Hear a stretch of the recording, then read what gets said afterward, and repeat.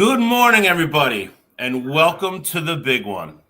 Welcome to the show that matters, the National Championship Preview Show. Happy Saturday. Great day on the Northeast.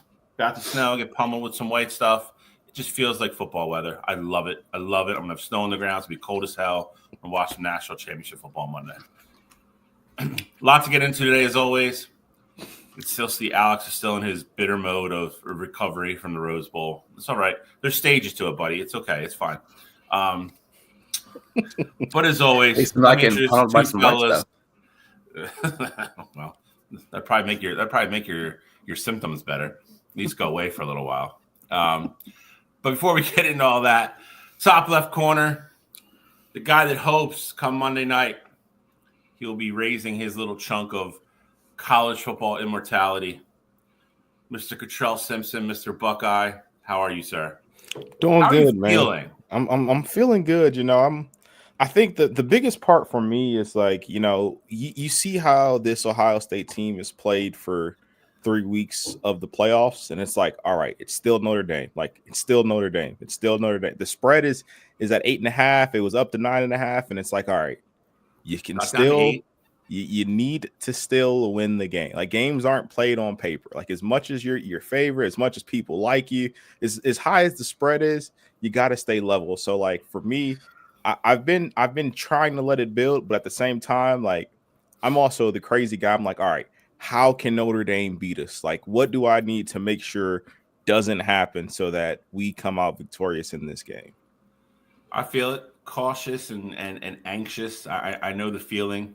Because I'll be honest, it was very similar for me last year. I looked at it and I was like, I know we're better than Washington. What can go wrong in this game for Washington to be able to win? And what would we have to do wrong? If we just play our game, will we win? So I completely understand the situation you're in about 72 hours before kickoff. Last but not least, the guy who has no idea what we're talking about, Mr. West Coast. Mr. West Coast. I'm sorry, it was sitting there. When you're old, you got to hit the home runs when they throw you, when they groove you a pitch. But there's $100 bill just sitting there. All right, you just watch the old lady. You watch an old lady drop it. You know whose it is, and you're like, oh, who cares? I'm just gonna take that 100 because it's just sitting there. Come on, man. This is just low hanging fruit. You got to be better than that.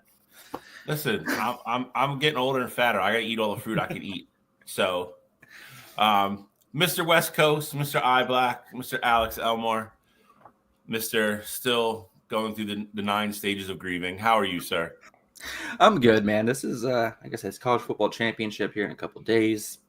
I mean, even though the Oregon Ducks aren't in it, it's still something to be excited about.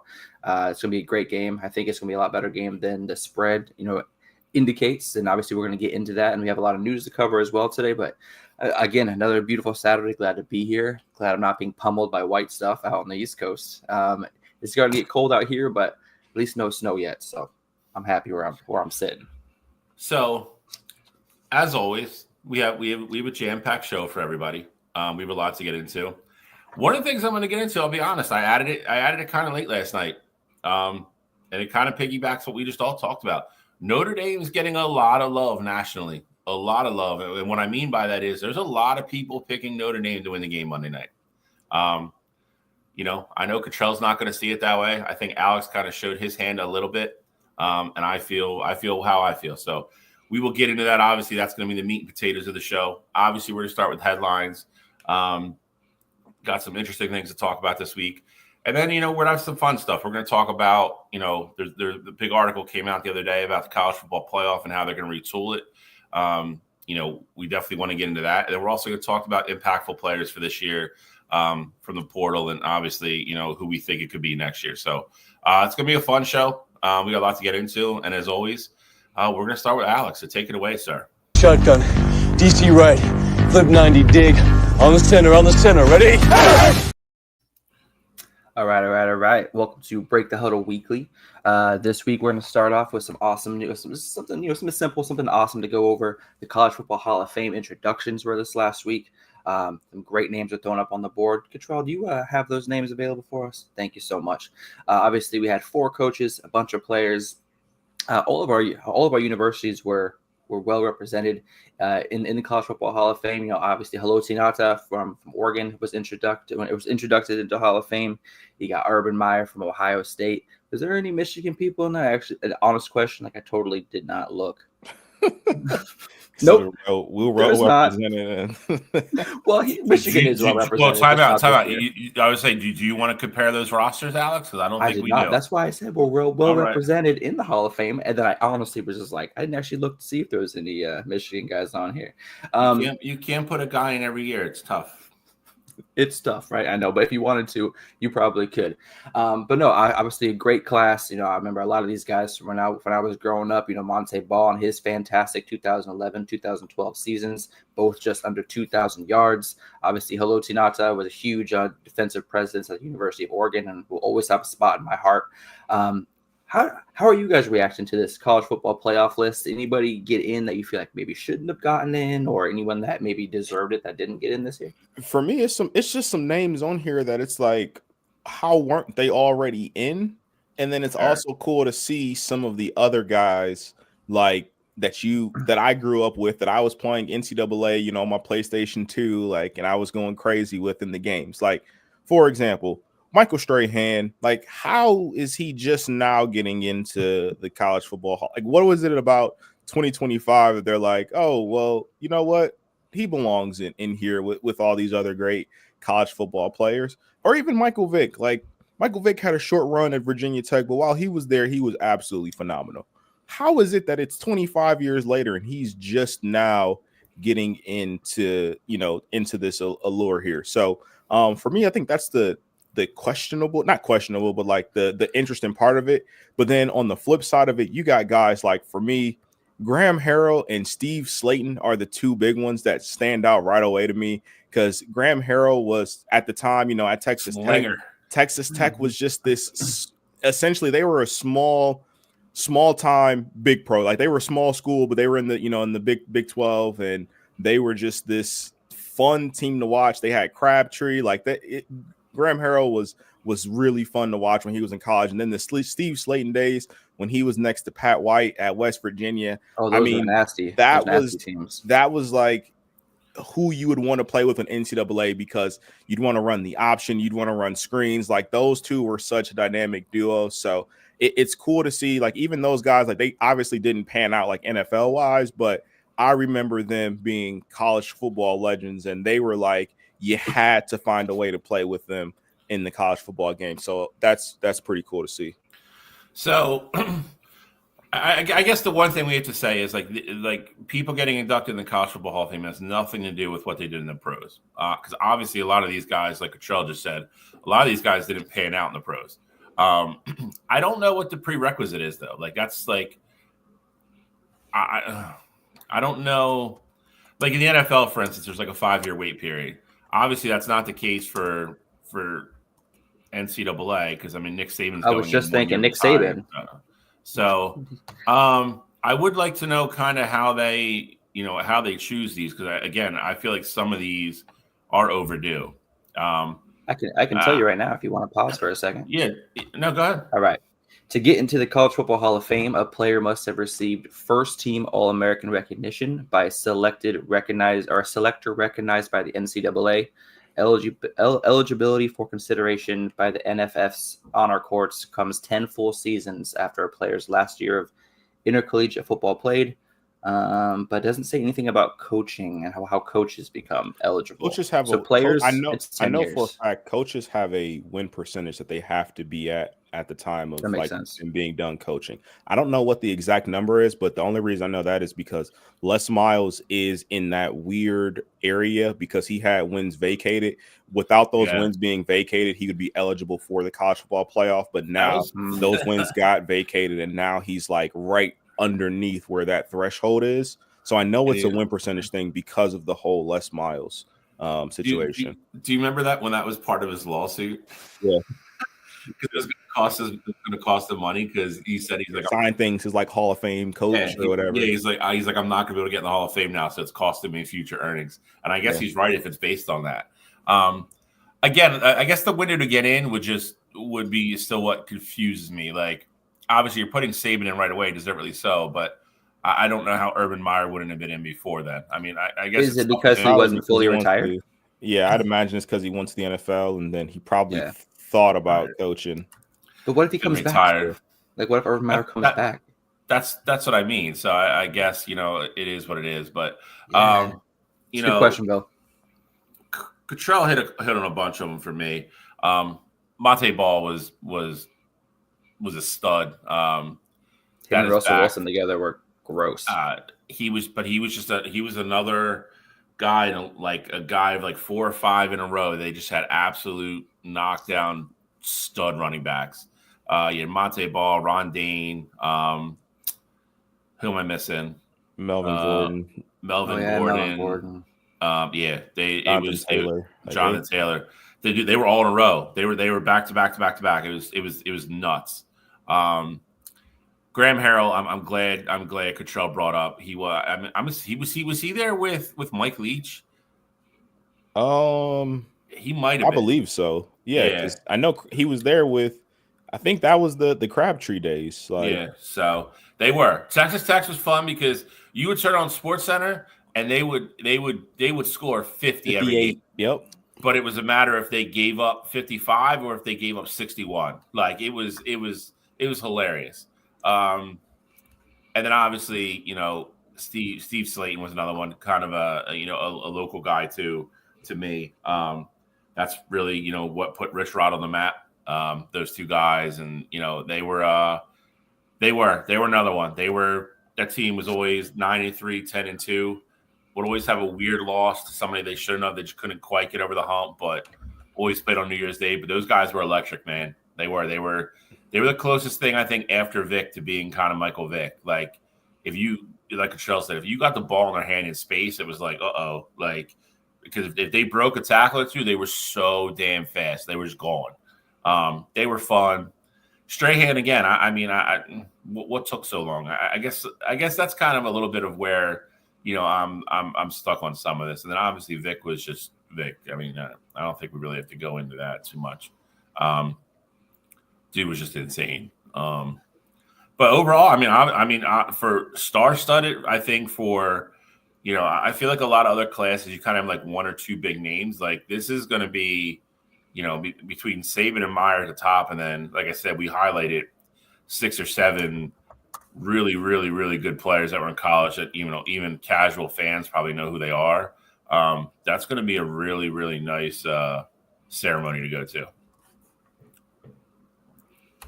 All right. Alex, do you remember like big time the Haloti Ngata days? Because like for me, like obviously dude. I know a lot of them because of what he did with the Ravens and how good he was in the NFL. But like, so my first big year as an Oregon Duck fan, obviously Akili Smith kind of got me on the Duck train, but I was really young when Akili Smith was there. I was like 7 or 8, so I really didn't understand, you know, Oregon Duck football, all that. My first real season as an Oregon Duck, like true fan, was 2000 and then 2001 as well, with Joey Harrington as the quarterback. We finished 11-1 that year, and that's when I really began to like dive into like sports fandom. And that next year, Haloti Ngata came onto campus, and you know, obviously, kind of set the world on fire defensively, and that's where that 2001 Oregon Duck team really kind of set off a nice chain reaction for the Ducks for the next few years. Some really good recruits, really great players. So yeah, I do remember him, and he was a huge impact. And you guys brought up Monte Ball, and I still remember him going off for like 157 yards against the Ducks, and I forgot which bowl game. It might have been the Rose Bowl, actually, 2012. Went off for like 157 yards. That dude was absolutely electric. And I also remember Russell Wilson being his quarterback. And the Ducks ended up winning that game, but that was a game that had me nervous the entire time. But yeah, Haloti Ngata was fantastic. I loved him on the Ravens. Anytime a Duck goes pro, I pretty much like to follow him. He was picked 12th overall. Obviously, Michael Vick, #1 pick. I mean, you got some high draft picks here, some guys who had some great success in the next level. And really, Graham Harrell really kind of, like you guys mentioned, I feel like really launched that Texas Tech name, because shortly after, well, obviously not shortly after, but I feel like Texas Tech's offense was high powered like that from then on. Even like when Patrick Mahomes came to town, they had the same kind of offense, 500 yards passing. Like how many points will they give up though? I mean, this entire list is fantastic. And I was just looking up to see who was eligible for next year, but they don't have a list up yet because I was just trying to see who might be coming in next year to this great class. You know, it's funny that you bring up, like the whole Texas Tech kind of thing there. Obviously, Patrick Mahomes went there, but like they quietly could have had a quarterback stable. Like you get Graham. Kyler Murray was a former Texas Tech guy. Baker Mayfield is a former Texas Tech guy. And then obviously Patrick Mahomes. Like those are three. Well, I mean, Pat didn't go number 1 overall, but he's the best quarterback in football. And then you got Baker and Kyler, who were both number 1 overall picks. Like, and then Graham Harrell was. You talk about college football only quarterbacks. I mean, he's up there with the who's who, you know, in terms of like just the greatest like single season. Yeah. I feel like there was another one we're missing too.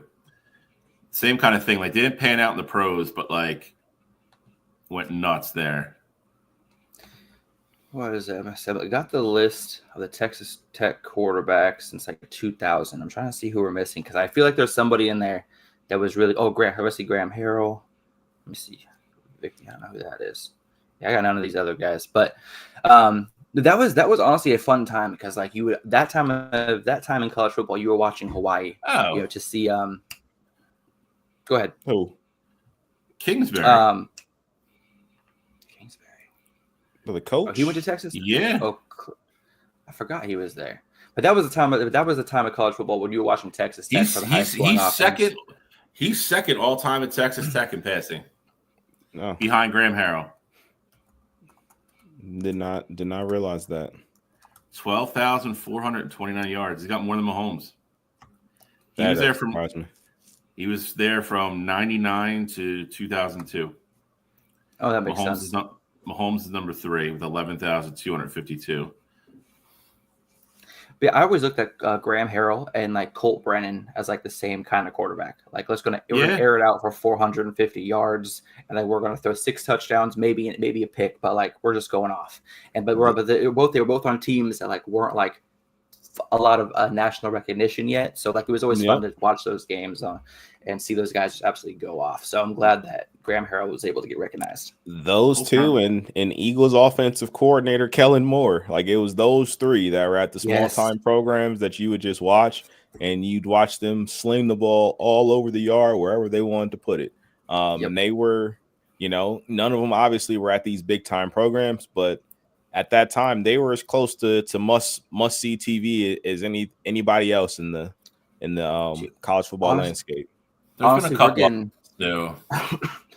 It might be getting off topic, but in like the early 2000s had such great quarterbacks for college that were on such small schools, like the Carr brothers. Obviously, David didn't pan out to the NFL, but like at Fresno State, he was a killer. You know, Derek was a killer at Fresno State. Like so many of these smaller schools had some baller QBs in the early 2000s that like if they were here now, they'd be getting such great NIL money.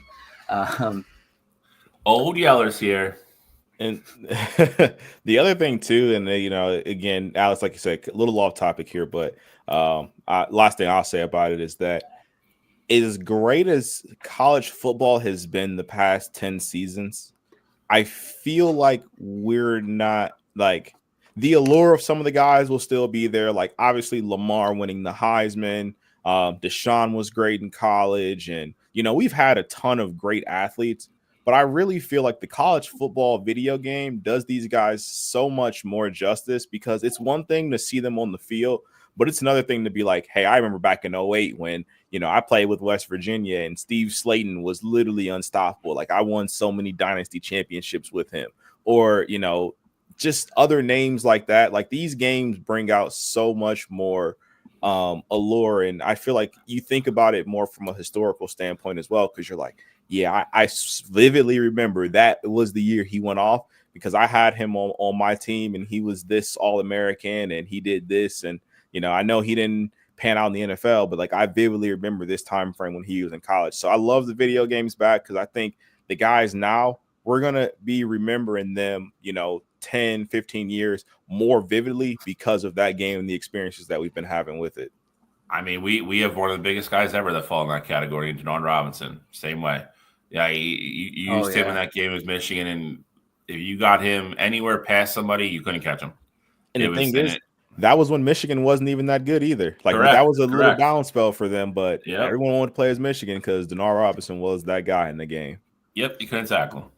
It's one of those things I wish we could have played. I wish I could have played with Marcus Mariota in the game. Obviously he didn't get a chance to be in the game. Like that would have been an Oregon quarterback that I would have loved to have played with in the game. See, that's a good topic. Would have been like all the people like we wish like that in the gap that we didn't play with. That would have been electric in that game. Put that on next week's show. Yeah, put that on something. We'll go into that. That'd be fun for next week. Hey, put it down. I'll put it in pencil. Put it in notes. All right, let's go back to our headlines here. All right, Matt Sluka, as we all remember, left UNLV mid-season, well, more like 3 games into the season after having a very dominant performance, 297 passing yards, over 300 rushing yards, and 7 combined touchdowns. Starting off UNLV's season 3-0, he had a dispute with UNLV's boosters. He was supposed to get $100,000 for his NIL deal. Ended up not getting that money. Allegedly, of course, claims he was supposed to get $100,000. He then left the university, entering the transfer portal, and he was, I think, the last quarterback taken out of the transfer portal, ultimately transferring to JMU. As you can see in the picture there, JMU is very excited to have him. In case you're running JMU last year, finished off 9-3, had a great quarterback. I can't remember his name off the top of my head. I will get that. But he had a fantastic season as a freshman. Was at 2,800 yards, 22 touchdowns, and like 6 interceptions. But he blew out he had a knee injury late in the season, so he might be out for most of next year, which is why JMU is looking for a replacement for next year only. What's your guys' opinion of this? Do you think like this is a good move for JMU? Do you think JMU is going to live to regret this decision? What are you guys' opinions?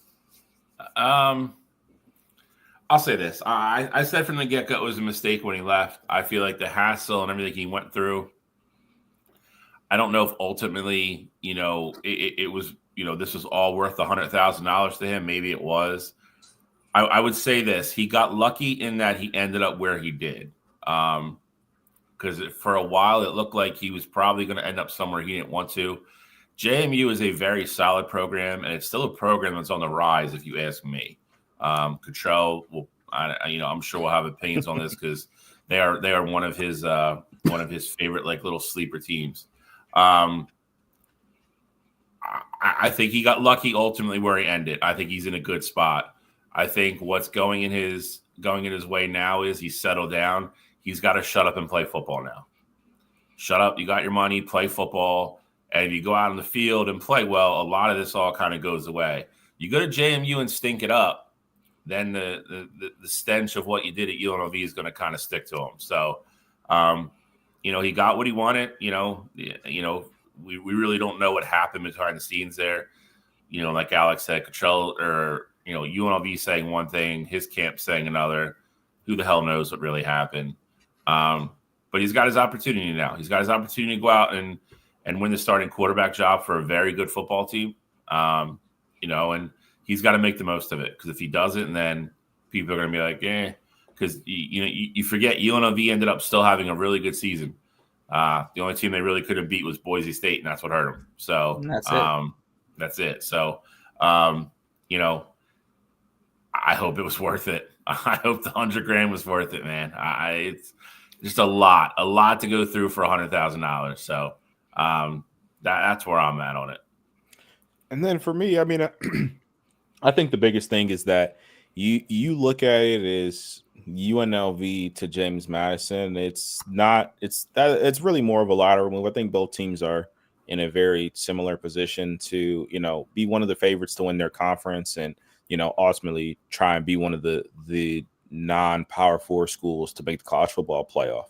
I think with James Madison, to Bill's point, they are a team that is 100% on the rise. Kirk Cignetti is a big part of that. With them moving up to the FBS ranks, Kirk Cignetti was there, and he did a really good job of putting that program on the map. And obviously, Kurt is now in Indiana, and now they have Chesney as their head coach, and they won 9-3 in his first year. So I think if you can go 9-3, and again, this is a team that's freshly embedded into the FBS landscape here. If you can go 9-3 then, and you're starting to bring in your guys, I think, Sluka is going to have a shot to have a special season at James Madison. They're going to be a team that can win 9-10 games and be in the discussion for the college football playoff if he does his job. So I think it was a dumb decision how he went about things when he ultimately left UNLV. But I think this could also be a really good landing spot for him if, one, he gets to stay out the spotlight. JMU does not get the shine that a lot of these other universities will get, even though they are a team on the rise and a team that's had a lot of success in recent years. But you get to stay out of the limelight there unless you're doing something really good. But two, you also put yourself in a position to play really good football. So I think, Sluka ultimately bet on himself. I don't like the decision that he made, to just leave UNLV when they were having the season that they were having. One could argue that maybe they even beat Boise if he's their QB. I'm not saying that's my argument, but if I was a UNLV fan, that would be my ultimate, what if about the season that we had last year. But, Sluka, I think he found himself in a really good position, and he's going to have the opportunity to let the drama really be forgotten about as long as he takes care of business at James Madison. Well, as I was reading while you were talking, I did find out that his choice to go to JMU was an obvious one for him.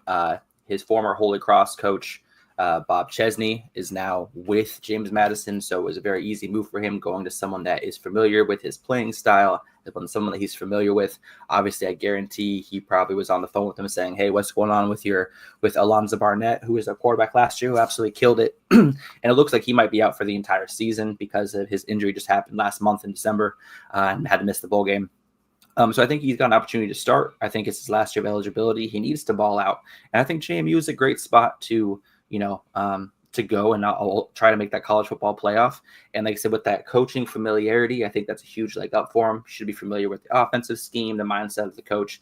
I think it's a good spot for him. I just hope that he can kind of turn the opinions of him around, because as a teammate, I don't want someone like that as my quarterback. I don't want a selfish mindset person leading my team and relying on that person for wins and relying on that person to get us to the college football playoff. I just saw what you did at your last team. You dropped out 3 games in, and UNLV had the chance to make the college football playoff. It came down to that bowl or to the conference championship game.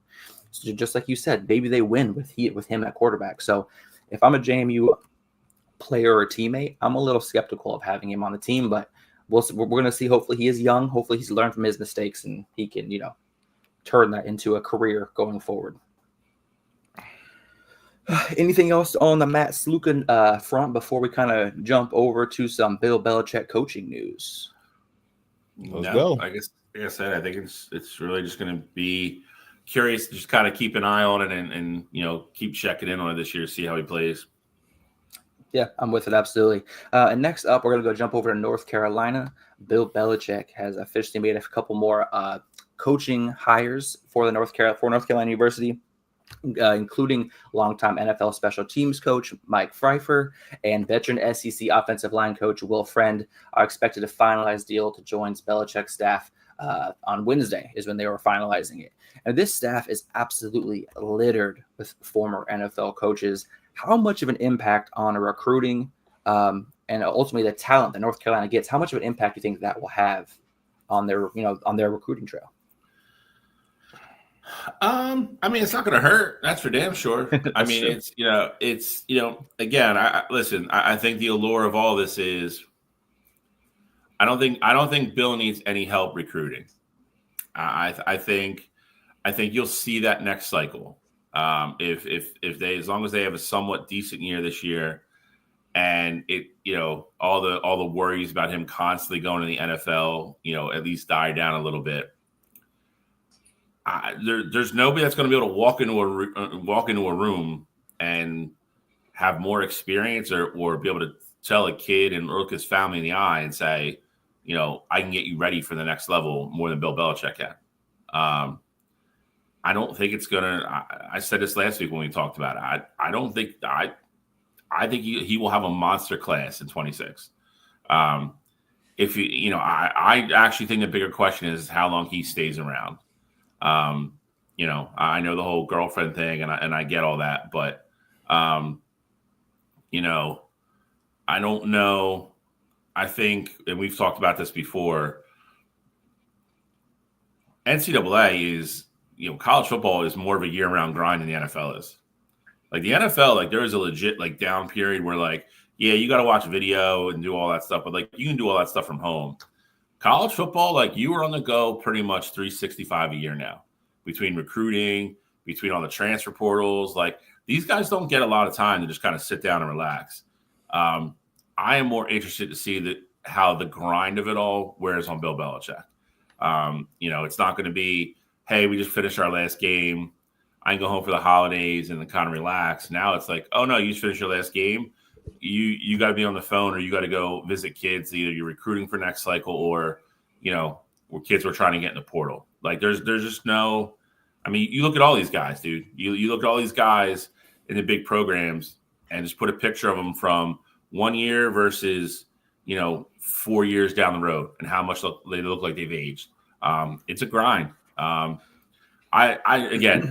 think he's going to be fine, because I think he's not going to get everybody, but he's going to get a lot of people. Like I will say this, UNC will be a top 10, top 15 class next year, probably. And, that's going to put a big chunk into, people, not used to UNC getting a bunch of top 300 recruits. And they're probably going to start doing that. It's going to take away from everybody. So that's what I want to see. I want to see how he's going to coach on the field. You've heard all these stories that have come out from the guys like Edelman and Brady and all those guys that have played for him.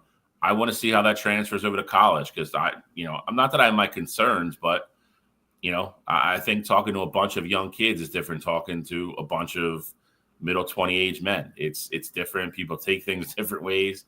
I think it's going to be fun. So I'm curious to watch the whole thing. For me, I think the big thing is one of the points that Bill hit on is how long he's going to be there. I think that with Bill and him gathering all this NFL, history of coaches, like people that have a history of coaching in the NFL, I think that's big for Bill in that recruiting cycle.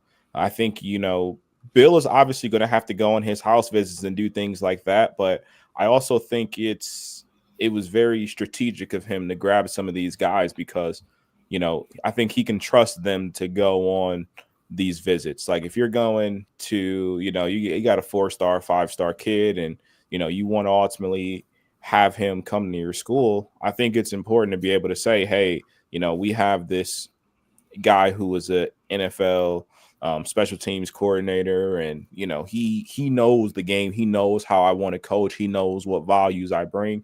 I feel comfortable sending him on the recruiting trail to talk to these parents about what it takes to be in the NFL, what I'm looking for, to play in North Carolina and things like that.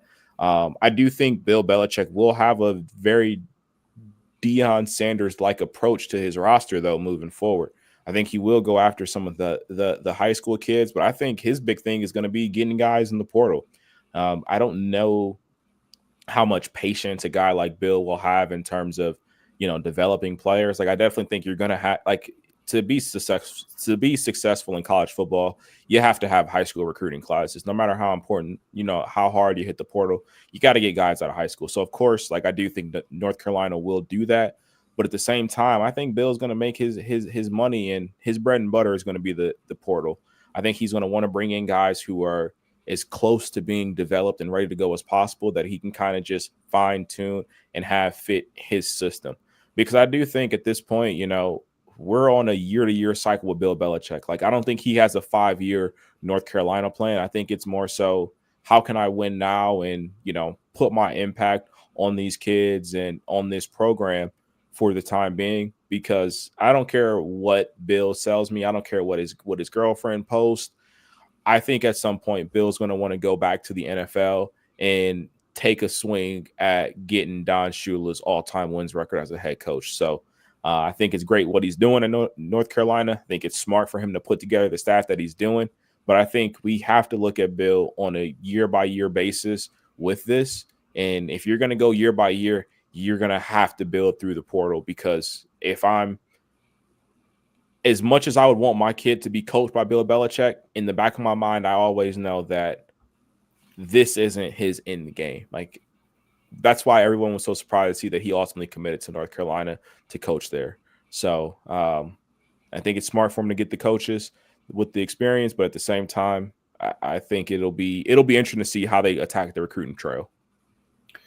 Yeah, I mean, I think you're right about him being year to year, but I also think that has to do with why he also set up a coach in waiting, in his son. I think that also kind of gives some reassurance to North Carolina that, hey, even if you do bounce out in 2 years for the NFL, you're going to have the same coaching staff in place when you leave because you already have that guy in the building, so the players aren't going to leave. So I think that he's honestly building the program the right way. I mean, if he is planning on making an early exit and not doing the full 5 years, I think he's setting it up right.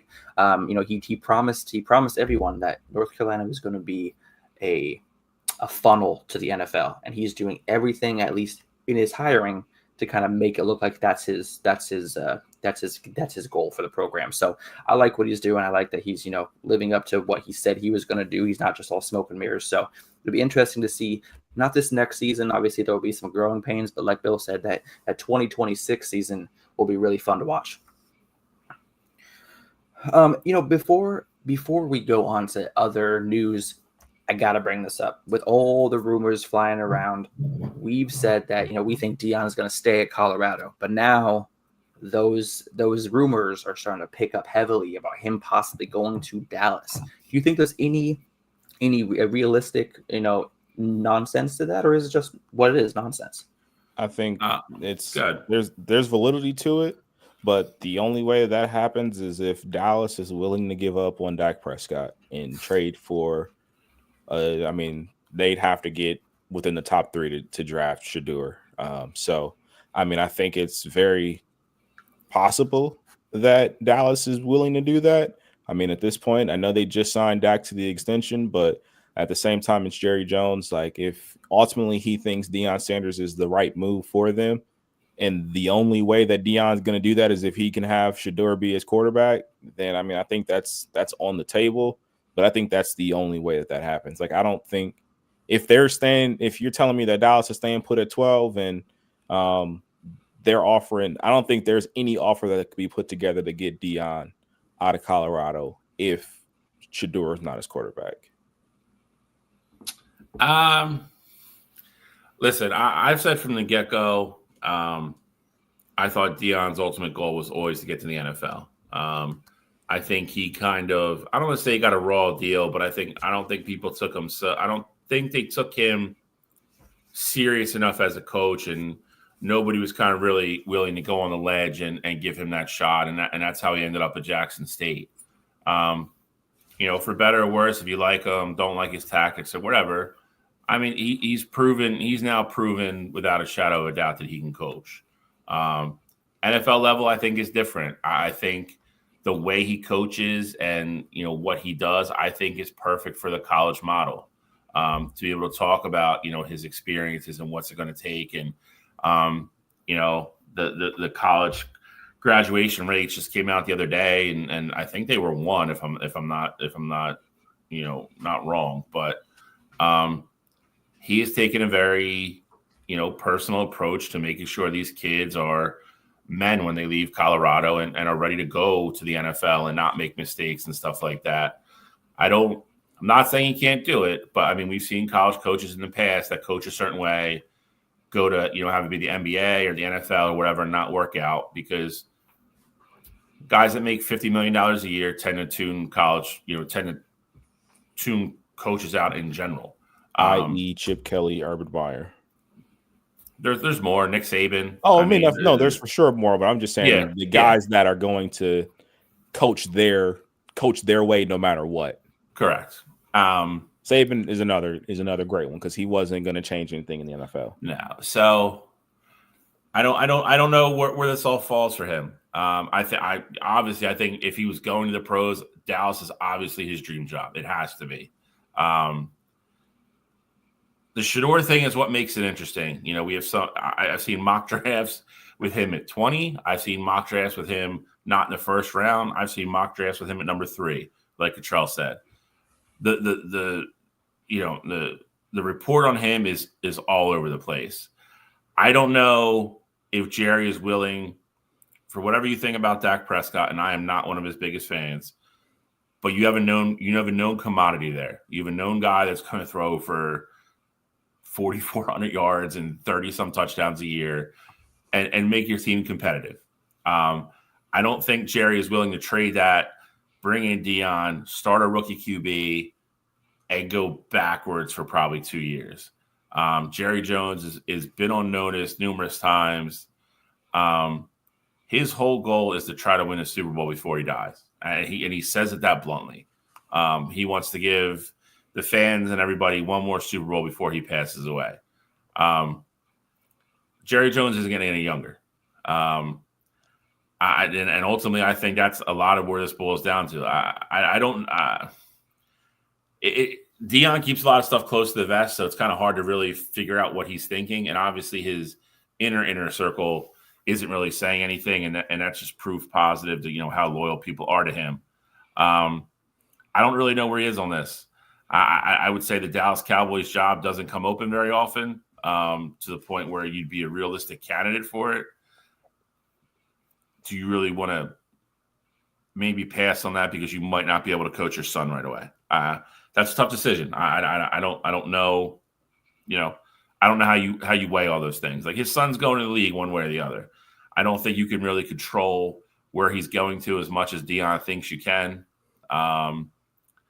And everything in between that is really complicated. So I think it would be a home run hire for Dallas in that it's going to create a lot of buzz. I think it'll get that fan base very excited. Like I said, I think if you're looking at it from, our point of view of being, like a journalist or something like that, I don't know how well it's going to translate on the field. But it would definitely get that fan base excited.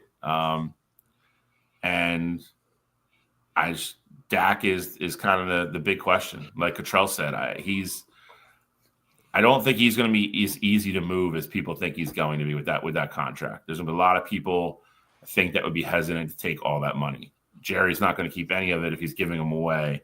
So again, it's just there's a lot of moving parts in this. I would love to see Deion in the NFL because I think if he could get a locker room that would buy into his culture, it would be refreshing as hell to see somebody coach that way in the NFL. I would love it.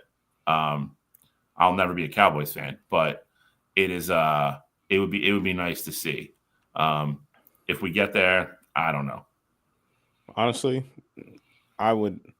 it's funny you say that because I do think like it would be interesting to see if like that culture would translate to the NFL. But what he's doing in college, like I think he's really setting, and it's not to say that everybody can be Deion or recruit like Deion, but for him to go to Colorado and obviously the success on the field as quickly, from 2 years ago, them only winning one game, like that's one thing. But to your point about like graduation and like I look at it like that being a point in itself, the first time ever that the Colorado football team has had a cumulative GPA of over 3.0, like that's huge. And then the other thing is that he had his son and arguably the best talent, the Heisman winner in the college football season. He had them play in their bowl game when we've seen the precedent is that none of those guys ever play in the bowl games. And so I think what he's doing to the sport of college football is so good for the game. And I think because he's Deion, people will follow suit. So I'm really hoping that he stays on the college ranks. But I mean, like you mentioned, though, Dallas job is probably number one on his list of dream jobs there. And if that means he's able to coach his sons there, I mean, they'd be a no-brainer to ultimately leave Colorado. But I'm hoping he stays at Boulder. I'm hoping he stays at Boulder only because I don't think he's quite ready for the NFL yet. Just like you said, like he literally had Travis Hunter and Shador play in their bowl game, had them prep for weeks for this bowl game just to get their asses stomped. So I mean, like, I want to see him win a big game. They absolutely. I don't know why you're giving me that look, Cottrell. They got absolutely stomped in their bowl game. BYU was the better team. I think we can say that. I mean, he got talent, of course, but right. I don't think that has anything to do on the with field, Travis Hunter on the field. There should have been, and with him prepping that team, it should have been a lot closer. I feel like he needs to win a big game and prove that he can win a big game in the D1 level before he gets that coaching opportunity, because there are plenty of college coaches that have won and are winning at the D1 level, and I feel like might deserve that opportunity more than he does. But again, that's just my opinion. Anything else about coaching kind of before we kind of move on to Marshall and a Sun Belt conference? I'll say this. I'll say by the time we come on air next week, we probably have an answer to this one way or the other. Because again, if it's going to happen, I think it's going to happen soon. I don't think this is something that gets drug out for weeks on weeks. Dallas has to hire somebody one way or the other. Because if Deion really is their first pick, if that's not who they're going to get, then they need to pivot, because a lot of these guys, especially as teams continue to get knocked out of the playoffs, people are going to interview and people are going to get hired fast. So, it's going to be. I'd say there's a decent shot we have an answer to this one way or the other come next Saturday. I would back you on that for sure. Control, anything else you want to throw in on Bill Belichick, Deion Sanders, any other coaching news before we jump over to the Sun Belt? Nope. All right. Well, we're going to jump over to the Sun Belt here. Obviously, a couple weeks ago, you heard us talking about how Marshall ended up having to drop out of their bowl game, which was the Radiance Technologies Independence Bowl. The reason they had to drop out of that bowl was because they had only 41 players rostered, as 36 of them entered the transfer portal after their coach, Charles Huff, left for Southern Miss. So Sunbelt is fining Marshall $100,000 for this.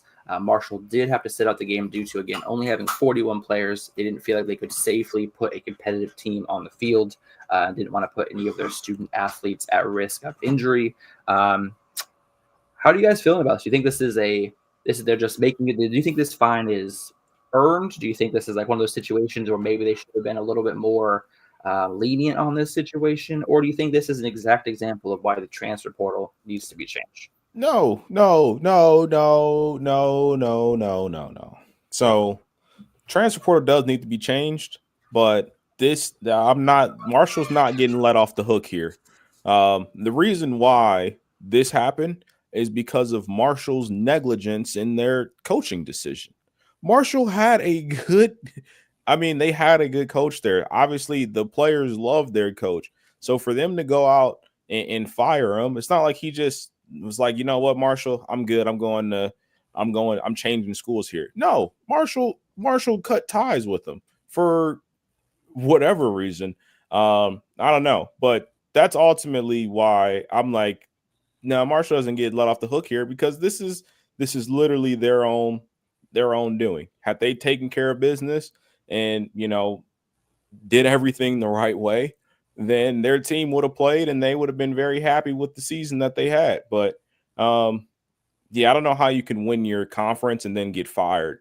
It just very odd situation there. So I 100% understand why the Sun Belt's like, hey, you guys fired a conference winning coach and then half of your roster didn't want to play. Yeah, because you made that stupid decision. Yeah, we're going to actually we're going to fine you because we lost out on revenue from that bowl game. For me, this is much ado about nothing. I feel like the conference fined them because I feel like a lot of people were watching and they felt like that's what had to happen.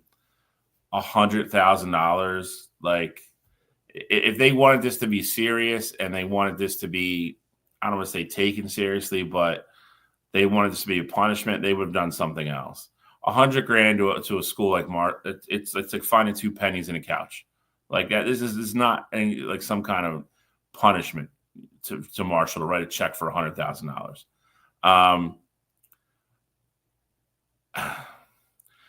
I feel like all the stuff that Cottrell mentioned is more involved in this than really what like the fine is. We've talked about the portal, and this is one of the reasons why it's got to get moved.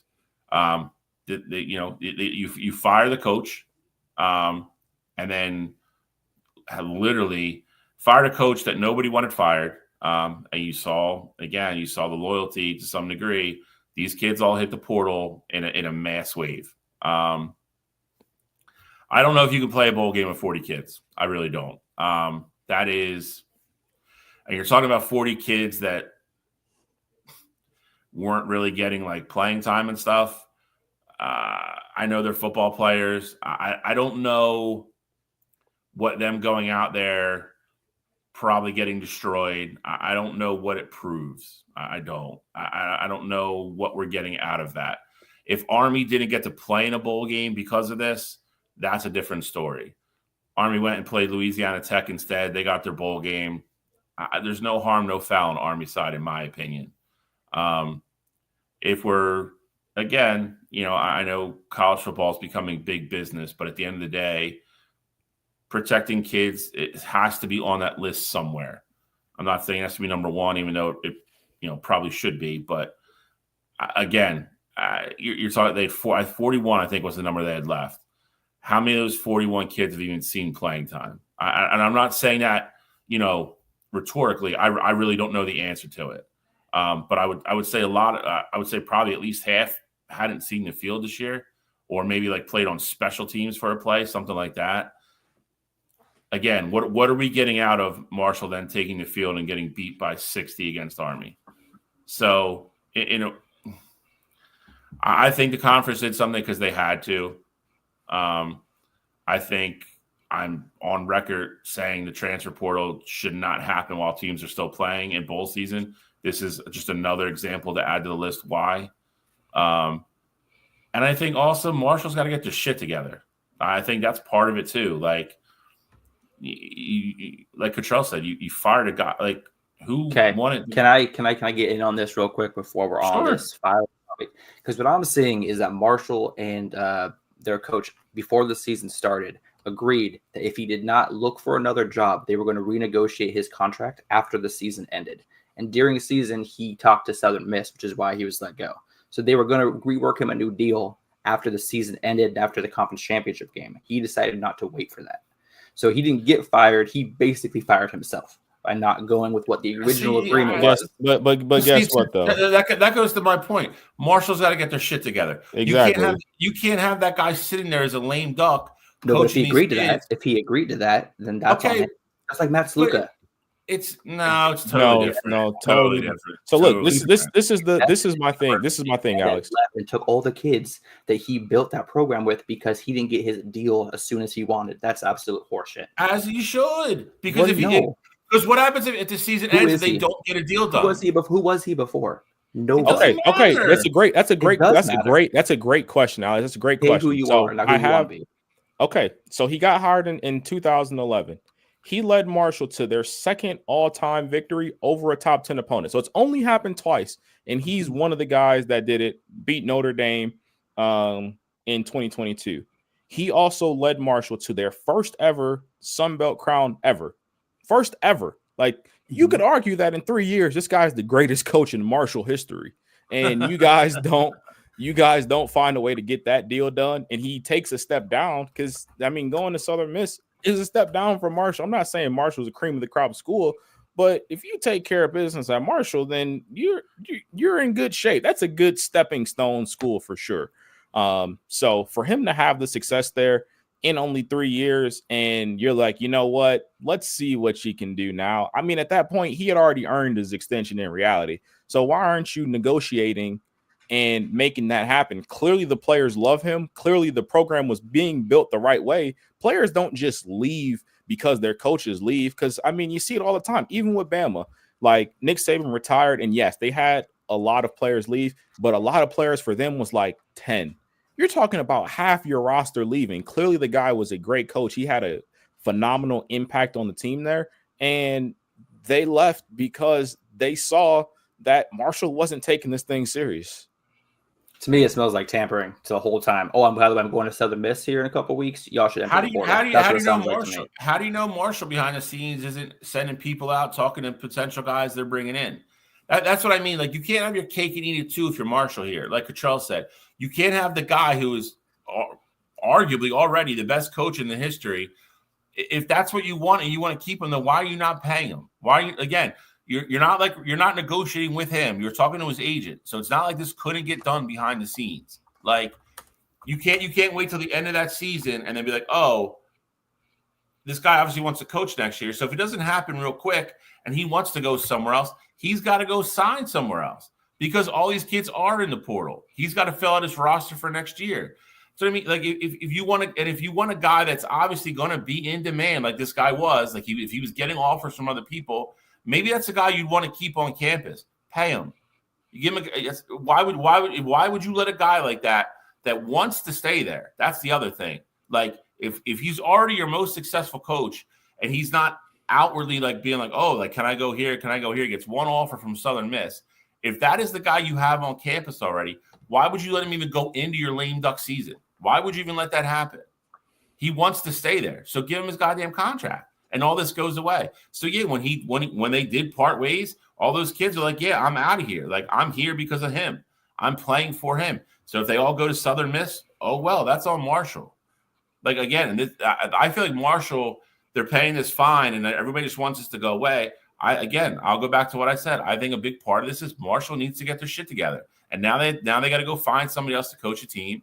And again, you're going to be 2 or 3 years away now before that team's even, respectful again because you do completely rebuild the roster. Like, sorry, I think Marshall needs to completely own up and take their responsibility in the part of this. Like if Ryan Day was going into the last year of the contract and Ohio State's like, oh, we'll figure it out after the year. And then USC's like, yeah, we'll give you $10 million to come coach. Like, is that Ryan Day's fault? No, you would go to Ohio State. Be like, why didn't you just give him his deal? It's no different. It's the same situation. It's just on a different scale. It's the same thing. We went through it with Harbaugh. They could have solved all this and not even let him flirt with the NFL. But Wade Manuel's an idiot, and he didn't want to give him the money. Where is he now? And He's back in the NFL. Like it's the same thing. It's just bigger name guys. Ohio State would never let Ryan Day go into the last year of his contract be playing for the college football national championship on Monday night without a contract for Tuesday. Nobody would do that. You ever think that they weren't sold on him? You know that in last year, 2023, okay, but that's their fault. Marshall went 6. No. Can I finish?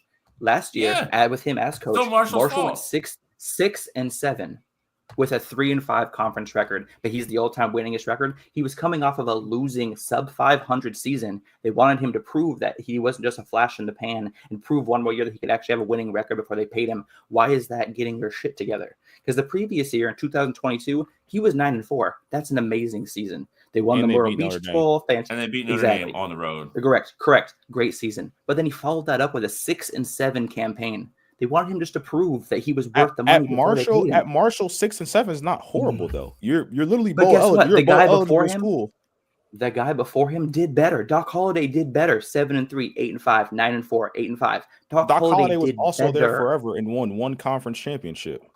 He was there for 10 years. I'm just saying. And won one conference championship in 10 years. You guys are just all behind this coach. But like, if you do not do your job well at work, Bill, if you have a huge sales month, right? The next month, you shit the bed. Your company is going to be like, let me see those other numbers before we give you this next bonus. Like this is 6-7 is not shit in the bed. It is. It absolutely. If you're bowl eligible every season, you go.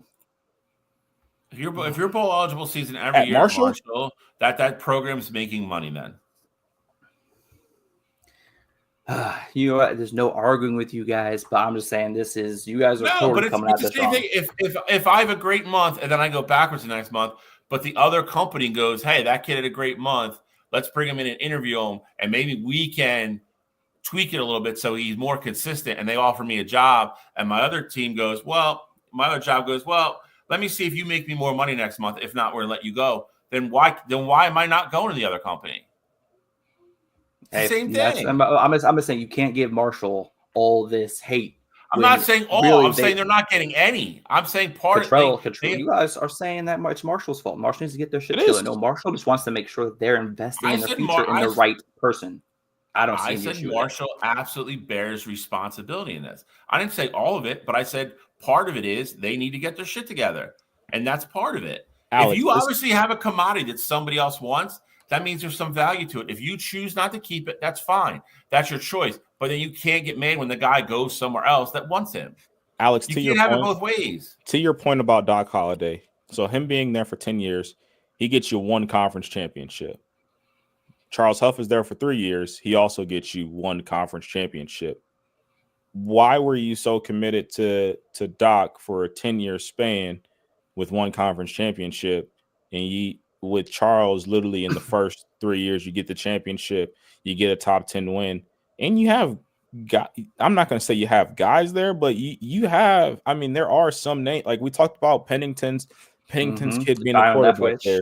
Leftwich was there. Exactly. Like you have you have names like around the program. I just don't. I feel like you were in a position where you could literally be building up. Can I tell you the difference? You decide to do a 180 and start over. I'll tell you the difference. NIL is the difference.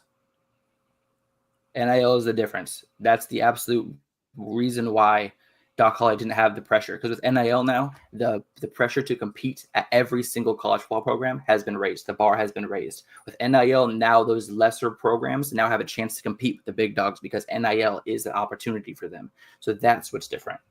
So you think Marshall's looking at it as how do we get to the college football playoff?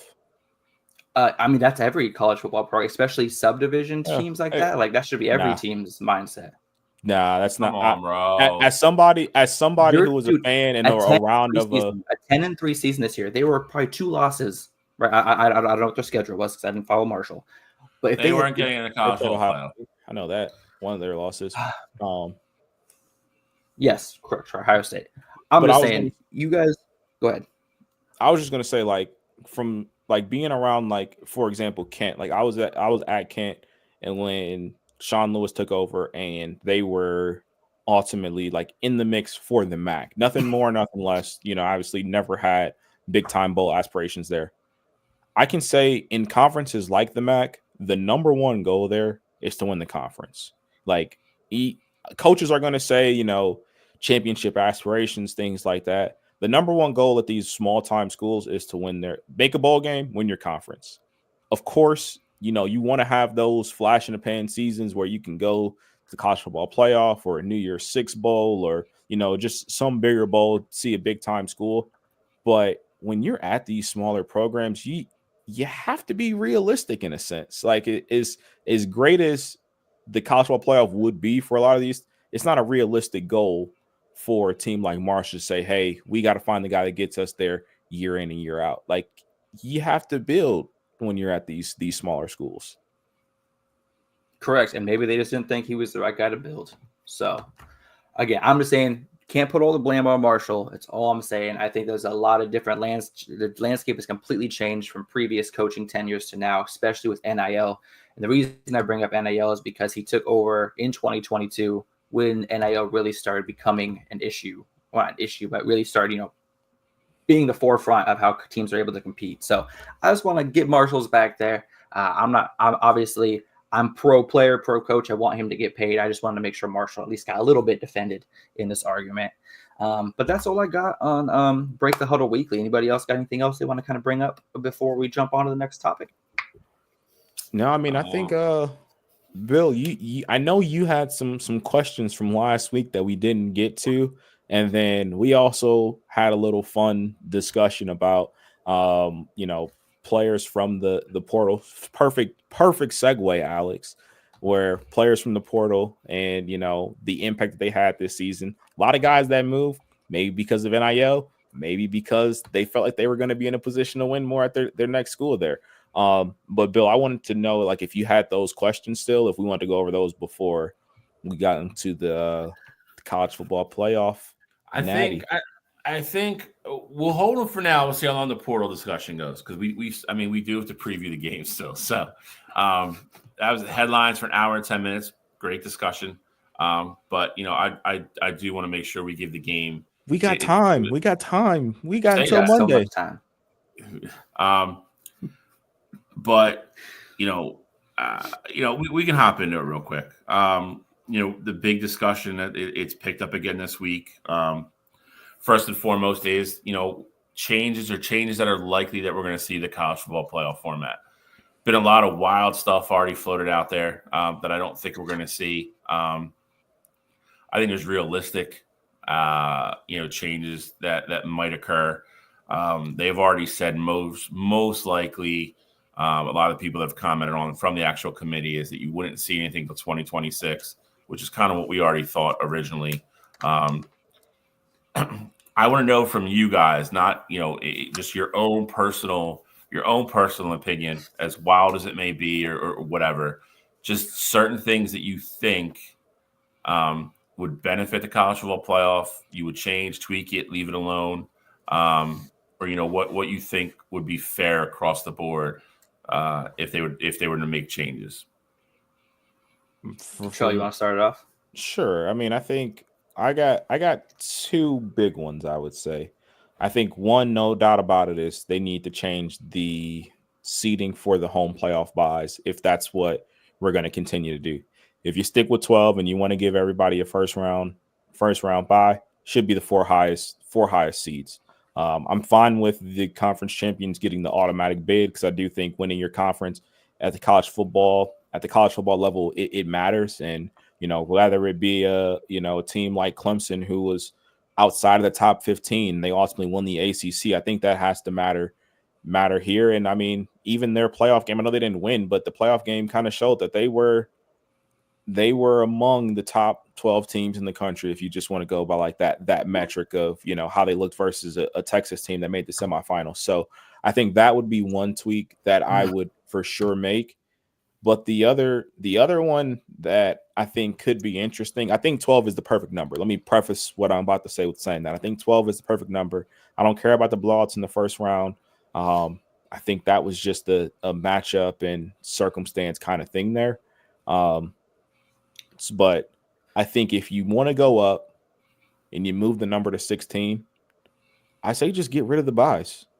Have everybody face everyone on their home field, 1 versus 16, go down that way, get rid of the buys, and just play football. So I think that could be one. But if you don't want to go to 17, you still think 12 is the perfect number, I would like that second playoff game to be at the home field as well.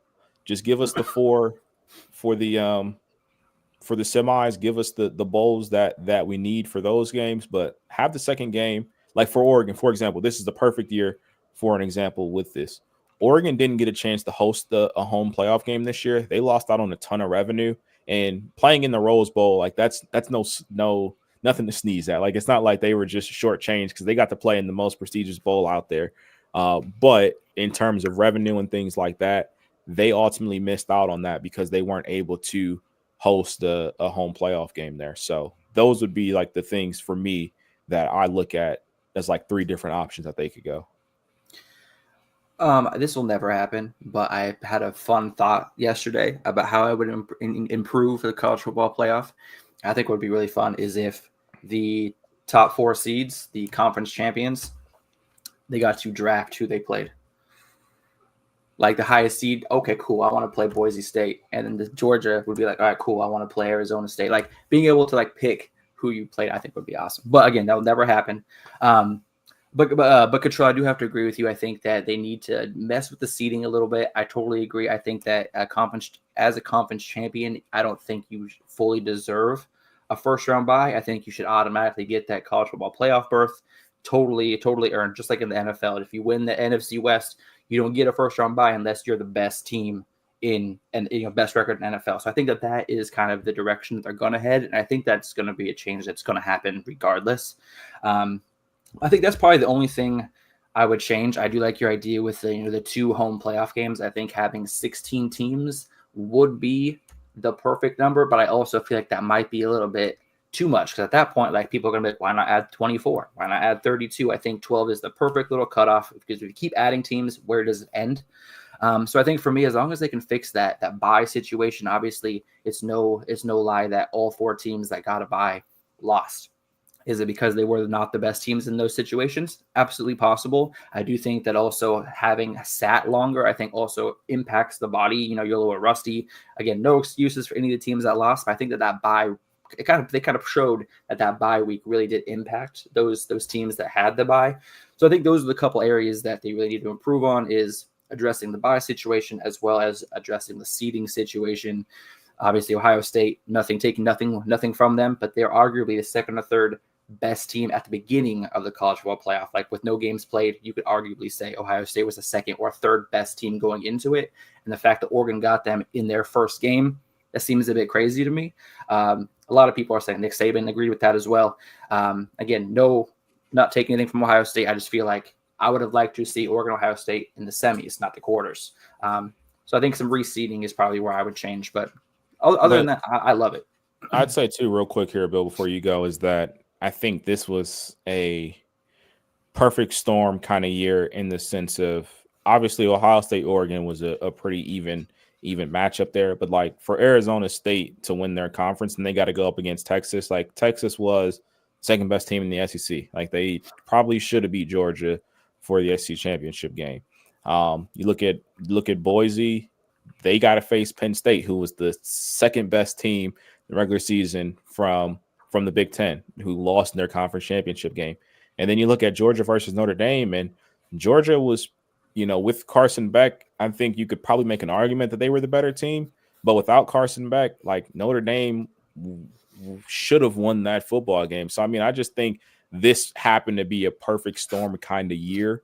Because let's say, just for argument, if this was an up Clemson year and they won the ACC, they're going to be one of those top 4 seeds. If Georgia was fully healthy and they won the SEC, we're not going to be talking about them losing their first playoff game in the playoffs there. Maybe. And even it's possible, yeah. But, just how they've looked in years past, fully healthy with that roster, you're not probably thinking Georgia's going to lose the first round playoff game there. And then, it's cool to see Boise get in where they did.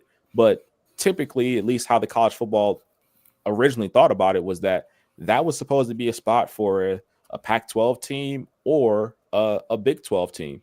I know they made the rules for that Group of 5 team to get in, but if this is a normal year where the Big 12 has a dominant school, I think about Oklahoma or Texas teams in years past. Obviously, they're not in the Big 12 now, but those dominant years from those schools in the Big 12 or even the Pac-12 where you had, Oregon or Washington, things like that.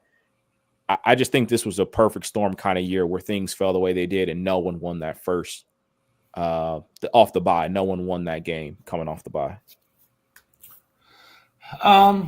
So listen, I think there's a couple of things that need to get changed regardless. I think a lot of people are overreacting to how this year played out. And when I say that, I mean is this. Obviously, we all agreed Oregon, Ohio State probably shouldn't take place in a quarterfinal. That being said, if you're going to have, for lack of a better, for lack of argument, you're probably going to have at least 3 SEC and 3 Big Ten schools in this playoff every single year. It's going to happen. And it all happened because of the fluke Ohio State lost to Michigan. If they win that game, Thanks that a lot, matchup. Now it's your fault. I mean, now it's your fault, Bill. It's really more Cottrell's than mine, but you have to. You have to understand that things like that happen. And my point is this. I don't want to get to the point where we're trying to manipulate things. And that's what I feel like is trying to happen here. You can't do that because then you start devaluing the games. The kids still have to go out and play the game. Prime example, like you don't want to devalue the Michigan-Ohio State game. And, not that game would ever be devalued, but that game goes out and gets played. And because of that result, we got what we got this year. That stuff's going to happen no matter how many rules, how many stipulations you set up. That shit's going to happen. That's why we play football games, because you never know. Like, that stuff's going to happen. It just sucked that it happened on a year where Oregon was kind of this, unstoppable force, and then they had to sit for 3 weeks, and then they come out and listen. They played their worst half of football, and on the other side, you could argue Ohio State played one of their best. Again, it's why you play the games. But this is what I would change. I agree that I don't think if you're a conference champion, you should automatically get, an automatic bye. And I'll say that I really didn't have a problem with Boise with the way this year played out. I didn't have a problem with Boise. Arizona State's, I think, is the one you could argue. But again, how many years are you going to have a 3-loss Big 12 champion, though? Again, I think it's kind of like a perfect storm type thing. And I'll say this, for as much as everybody bitched, did Arizona State not show up as a 4 seed? You know what I mean? Like, but so if you want to get away from that, I kind of understand it. But then again, I think you have to put stipulations in. Like, I think if you do win your conference, you have to at least be guaranteed a home game. I think that's a joke if you're not going to. So if we're, and I agree with both of you, I think 12 is the right number. We can't start going to 16 or whatever. Like, I don't care what, like, everybody's, you could almost use the same argument they made against them. Everybody's like, oh, well, like, why the hell's Clemson in? Like, why is SMU in? Okay, well, if you're arguing, or Indiana, if you're arguing the 10th or 11th seed doesn't have a shot to win, then why are we putting 4 more teams in? When are you ever going to argue me or make a compelling argument that the 16th seed is going to win a national championship? The only argument, Bill, before we move on from there, is that the 4 teams this year would have been South Carolina, Ole Miss, Alabama, and Miami. So I think like those 4 teams in there does change things. Which one of those four teams was winning a national championship this year? Well, it really would depend on it would depend on who they played, like the route. Like Notre Dame, for example, if they were in Ohio State situation, Notre Dame I don't think is here. Like if Notre Dame and Ohio State switched in the bracket, Notre Dame's not in the national championship right now. You know what I'm saying? Like I don't think they beat Oregon or Texas. So I do think they beat Texas. I don't think they beat Oregon in that quarterfinal game. So it really depends on how the matchups would line up. If I'm playing devil's advocate here, I don't know if there's a team like I think Miami, all those schools that you name, Ole Miss, maybe they win a game, but I think to Bill's point, none of the 4 are serious title contenders, in my opinion. So I keep it at 12. Here's what I would do. First thing, I agree with Cottrell. He made a good point. I think the first 2 rounds need to be played at home, and Oregon is the proof positive of this. Not that I think they lost because they went to the Rose Bowl, because I don't. They just played a bad half of football at the wrong time. That's why they lost. But if you're giving them a bye and making them sit, I then also don't think like if I'm the number 1 overall seed and I'm not even playing a home game, like that's weird to me. Like I don't think I should get a bye and then be like, all right, now I got to go on the road and play a neutral site game. So I think the first 2 rounds need to be played on college campuses. I love that idea, and I'll tell you why. Up until about 10 years ago, the only 4 bowls that really meant anything were the Orange Bowl, the Rose Bowl, the Fiesta Bowl, and the Sugar Bowl. Those are the 4 all-time classic huge bowls. We don't need more than 4. I understand the Peach Bowl is great and the Cotton Bowl is great. We call it the Cotton Bowl. They don't even play the game at the Cotton Bowl anymore. It's played in Dallas in AT&T Stadium because Jerry Jones got involved. It's a money grab thing. Same thing with the Peach Bowl. Peach Bowl was always a really nice consolation prize to whoever came in second place in the Big Ten and the SEC. It was like the Outback Bowl. You always got 2 huge programs, so it's always a huge bowl game. But nobody cared about the Peach Bowl until Chick-fil-A started sponsoring it and pumping in tens of millions of dollars. I don't need either one of those games. I need if you still want to use them as a quarterfinal, that's fine. But 2 of those other 4 need to be the semifinals every year, and then obviously you host the national championship game, which is a national championship game, and you can rotate and put that wherever the hell you want to put it. I don't care about that. But the semifinals every year need to be some combination of the Rose, the Sugar, the Orange, and the Fiesta Bowl. But back to my other point. There's other things I would tweak. If you have an FCS opponent on your schedule, I don't think you should be eligible for a bye. I'm tired of Alabama playing Mercer in Week 12. I'm tired of Georgia playing Kennesaw State in Week 12. They're pretty much built-in buys. You want to keep them on your schedule, knowing you're going to win by 60 points. You're not eligible for a first-round bye. Take them off your schedule. If we're going to punish Notre Dame for not playing in a conference championship game, which they should, you shouldn't be able to play those teams in Week 12. You shouldn't be able to play them in Week 12 when Michigan's playing, Michigan State and Ohio State's playing Penn State, Oregon's playing Washington. You shouldn't be able to, roll out your number 2s from the middle of the first quarter on and be playing an FCS opponent. So that's one thing for me. You want to keep an FCS opponent on your schedule, you're not eligible for a bye. I think you see based upon how you guys finish. I agree with both of you on that. With this, kind of asterisk though, if you're in the top 4 and you're not a conference champion, I don't think you can be any lower than the second place team in your conference. And what I mean by this is this: like if Ohio State and Oregon played each other like they did this year, and Ohio State would have ran the table and they're the second place team, then I think you can finish in the top 4. So, because I think instances like that will happen. Like if Alabama and Georgia play each other and only one of them can go to the SEC championship game and Georgia's only loss is Alabama and Alabama's the number 1 team in the country, you could argue Georgia's probably a top 4 team. And I'm fine with that. Like you can't have I don't think you can be the 3rd place team in your conference and be a top 4 seed. So that would be, not that it would probably ever play out that way, but God forbid it did. That would be an asterisk I would have. Other than that, you have to let the kids play. That's the whole point of this. That's why we wanted to go from 4 to 12. Like all the games matter. Like you put them up, rank them however you want, but at the end of the day, they all got to get on the field and play.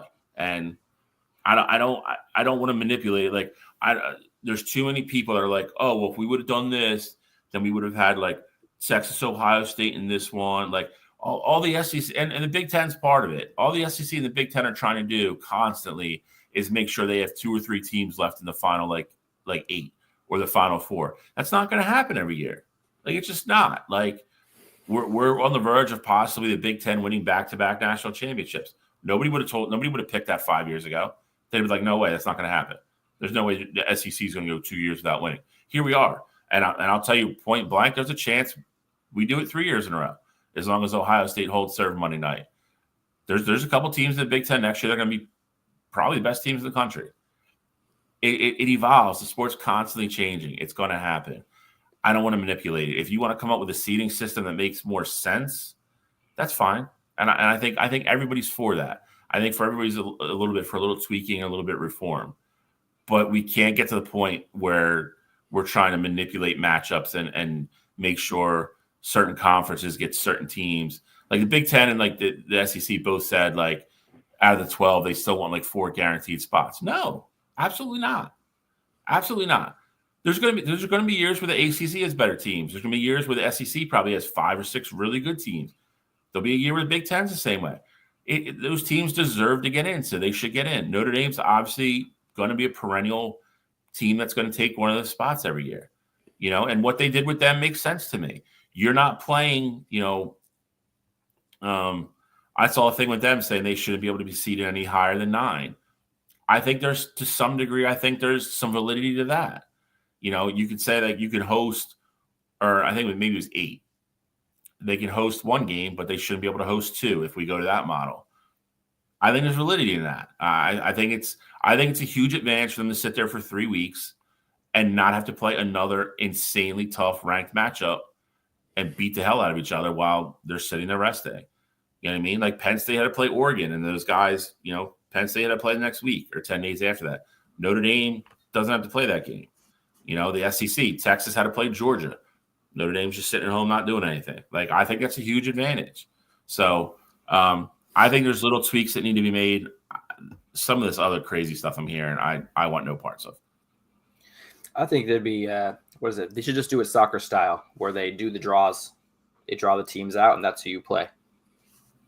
The 12 teams get put in a bag. That's not how that's done, though. I know that, but that's how I'm saying soccer. That's one of the things I love is like you could get the number 1 and 2 seed playing in the first game. Just depends on the draw. I think that'd be super cool as well. Again, they're never going to do it. Just things I think would. No, but see, the FIFA doesn't do it that way either. They do it to avoid that. So they do everything by tier. So like if you took if you put 4 buckets where you're going to put and essentially that's what you would be doing. You would take 4 buckets of putting the teams where you're going to put them. You could only have 1 bucket. Like if tier A is France, Spain, Germany, and Brazil, they're all in the same bucket, and they're all in the same bucket, so they can't play each other in the first round. And then you go to the next tier, which is like Argentina, Mexico, blah, blah, blah. They tier the teams based upon ranking to specifically avoid that. So like you wouldn't have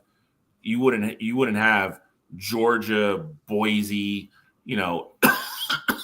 stuff like that in one bucket, and then have another bucket where you possibly had Oregon, Ohio State, it would be completely separate.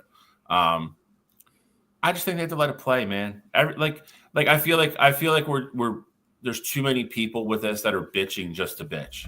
And here's a real question: if nothing were to change, would you be happy with it? I think there's definitely a world where if nothing changes, I would be more happy than if they change it too much. I'll say that. That's a fair answer. What you control? You think if they don't change anything, you'd be cool?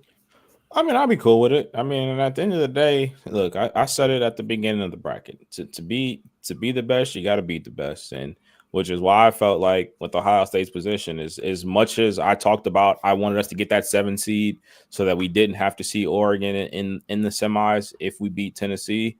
At the end of the day, like for me, I feel a lot of valid if Ohio State goes and wins the national championship. I feel a lot of validation in knowing that we beat a top 10 team in Tennessee. Then we beat Oregon. Then we beat Texas. And then we beat Notre Dame. Like, for me, it lets me know that, you know, regardless of the 2 losses in the regular season, we were the best team in the country this year. We got 4 quality wins and 4 quality opponents. And, you know, you had decisive wins in all the games there. So, for me, I think that the path creates a lot of validation. So, I'm okay with them changing. I think it can use the minor tweaks, but at the end of the day, like I said, if you want to be a champion, you got to beat somebody. So I would be cool if it stayed the way it is. And I'll play devil's advocate here.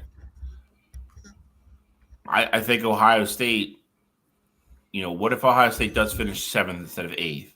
Then it's, you know, maybe they don't get Oregon at the right time playing that bad half of football after being off for, you know, damn near a month. What if they play Oregon the next round and Oregon's like if Oregon was playing on, you say Notre Dame instead of Ohio State that day?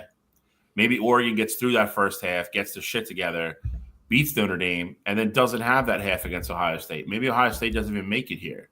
Like that's what I'm saying. You can't just look at it. You know, everybody wants to look at it in one purview. Where if you look at it another way and they seeded Ohio State differently based upon something else, maybe they're playing Monday night, and Oregon now has 2 games under their belt where they're rolling, and you know who knows what happens. So there's a million different ways to look at it.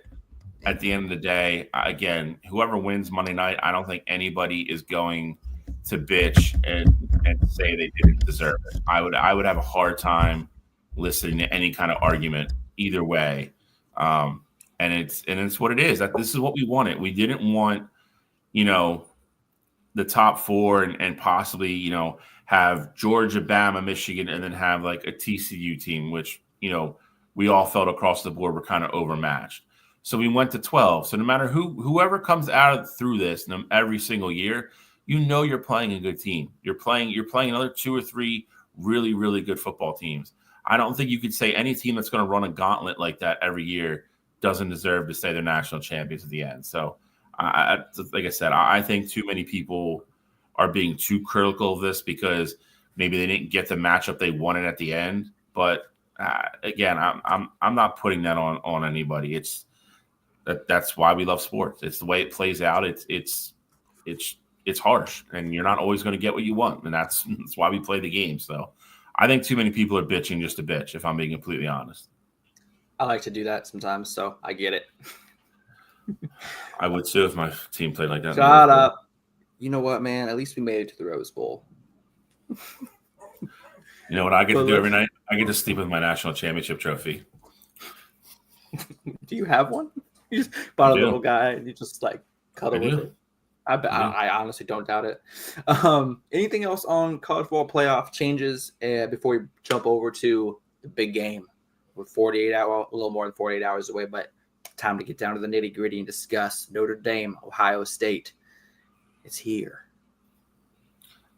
That's all I got for the or all I got for the college football playoff. I think it was a good conversation. I think there's going to be some changes coming down the pike. I'm excited to see what they are, and it'll be nice to reflect on the changes they made, and if any of the changes are the ones that I felt like should have been made. But let's move on, Kachil. I know you got your finger on the button, ready to pull up some Ohio State graphics. All right, I will. Well, I'm going to give Coachella's choice here. It is. He's the only one that's got skin in this game. Do you want to go first, last, in the middle? What do you want to do? I also got skin in the game too. Notre Dame, baby. like fake. It's like second skin. It's what you put on your finger when you get a cut. It's not real. He's got faux skin in the game. I have skin. Everyone Ohio State plays it. I have skin in, so it's fine. Oh, I'll go last here because I'm curious to see how you guys break the game down. All right, Alex, you go first then. Appreciate it, Bill. No, honestly, I'm excited for this game. Notre Dame, Ohio State. I spent a lot of time comparing these two teams, looking over the two comparative seasons, seeing games that Ohio State struggled and what they struggled with, seeing games that Notre Dame struggled with and what they kind of need to fix in order to be competitive in this game, because Ohio State's just been running through people. Tennessee, Oregon, even Texas. I feel like the score was closer than that game actually really felt at parts of that game. I feel like Ohio State really kind of controlled it. But here's what I can say. Obviously, Cottrell, I know you're picking Ohio State. Everyone knows I'm picking Notre Dame. But here's the reason why I think Notre Dame has a chance to win this game. I'm not saying they're going to win, but I'm saying they have a chance, and this is how. Notre Dame controls the clock. They only have not won the time of possession battle in one game this year, and that game was the one game they lost against Northern Illinois. Northern Illinois had the ball for 8 minutes longer than Notre Dame in that game. And the reason why Notre Dame needs to control the ball is they need to limit possessions by Ohio State. They need to limit the amount of times that Ohio State has to put that ball in the end zone. And Notre Dame, if I was Notre Dame's coaching staff, I would have spent the first 48 hours after finding out Ohio State was my competition. I would have spent those next 48 hours religiously watching that Michigan-Ohio State game, seeing what did Michigan do that was able to kind of hinder that Ohio State offense. What were they able to do offensively that was able to get some sort of success? Obviously, they only scored 13 points in that game, so Ohio State's defense still showed out. But you got to look for something in those games that's going to kind of tell you how you're going to win. And this is exactly how Notre Dame's going to win, and it's going to come down to Riley Leonard's legs. Ohio State defense, one of the best in the country. Obviously, they are first in points allowed per game at 12.2. Notre Dame, not too shabby either, number 2. But where Ohio State struggles is mobile quarterbacks. Michigan, they were able, like I said, obviously in college football, sacks take away from rushing yards for quarterbacks. So a lot of these quarterbacks will have 12 rushes for 1 yard, but they got sacked 8 times. In that game against Michigan, Alex Orji averaged over 4.5 yards per carry. Warren only had 1 carry, had 8 yards.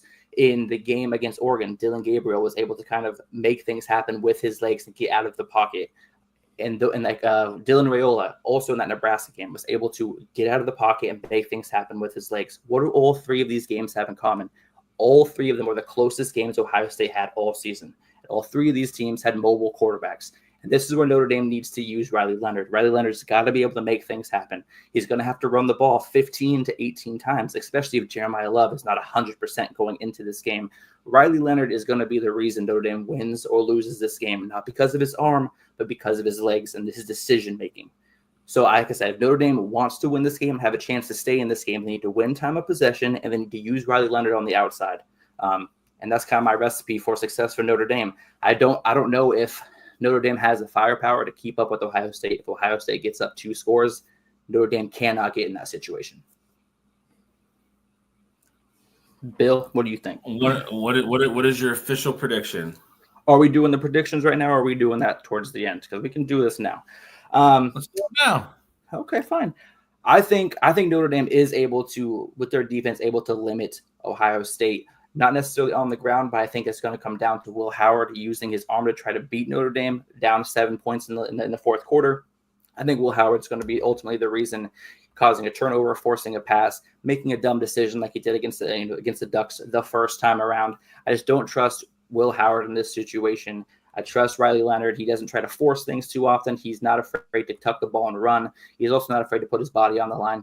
And I think that Riley Leonard and Notre Dame is going to take care of this. I think this is a 1-point game, and I think this is a low-scoring game. I got this game at 16-14.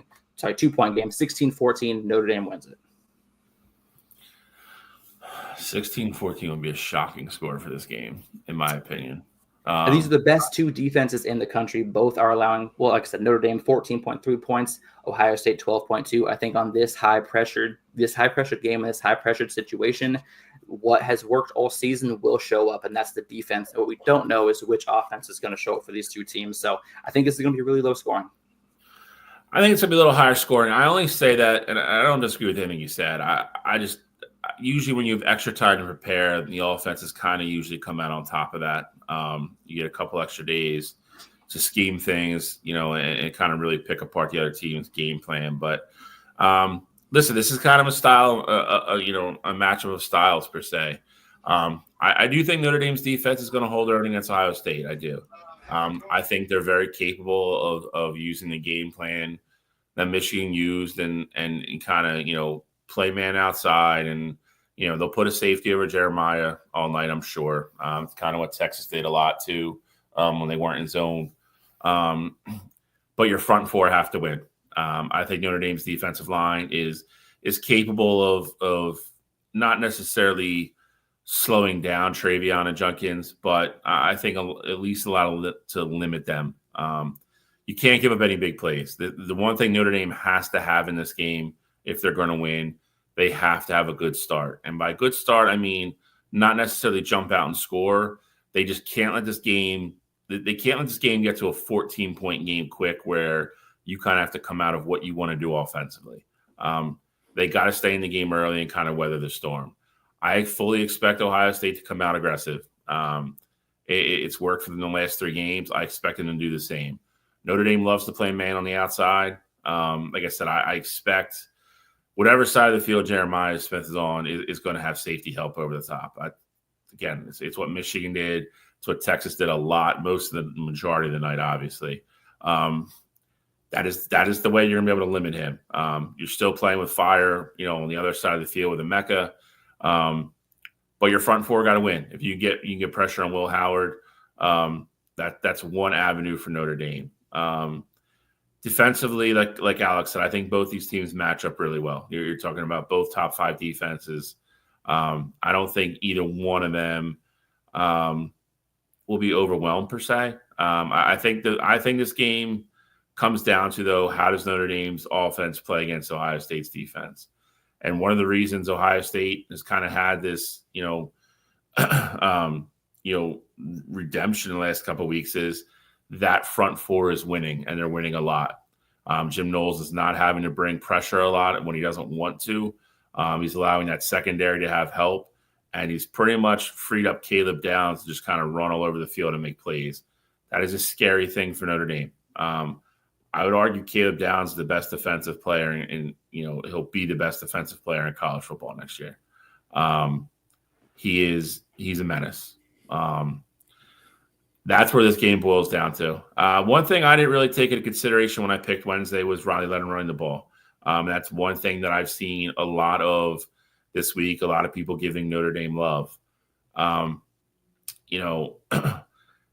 For me, it's got to be Jeremiah Love till the wheels fall off. I know we argued about it last week. No, I mean, all joking aside, if he's healthy, he has to touch the ball 20 times tonight. If you want to mix in Riley Leonard off that, I think that helps Notre Dame stay in the game. That being said, it's hard. I think Notre Dame has to score in the upper 20s to have a shot to win this game.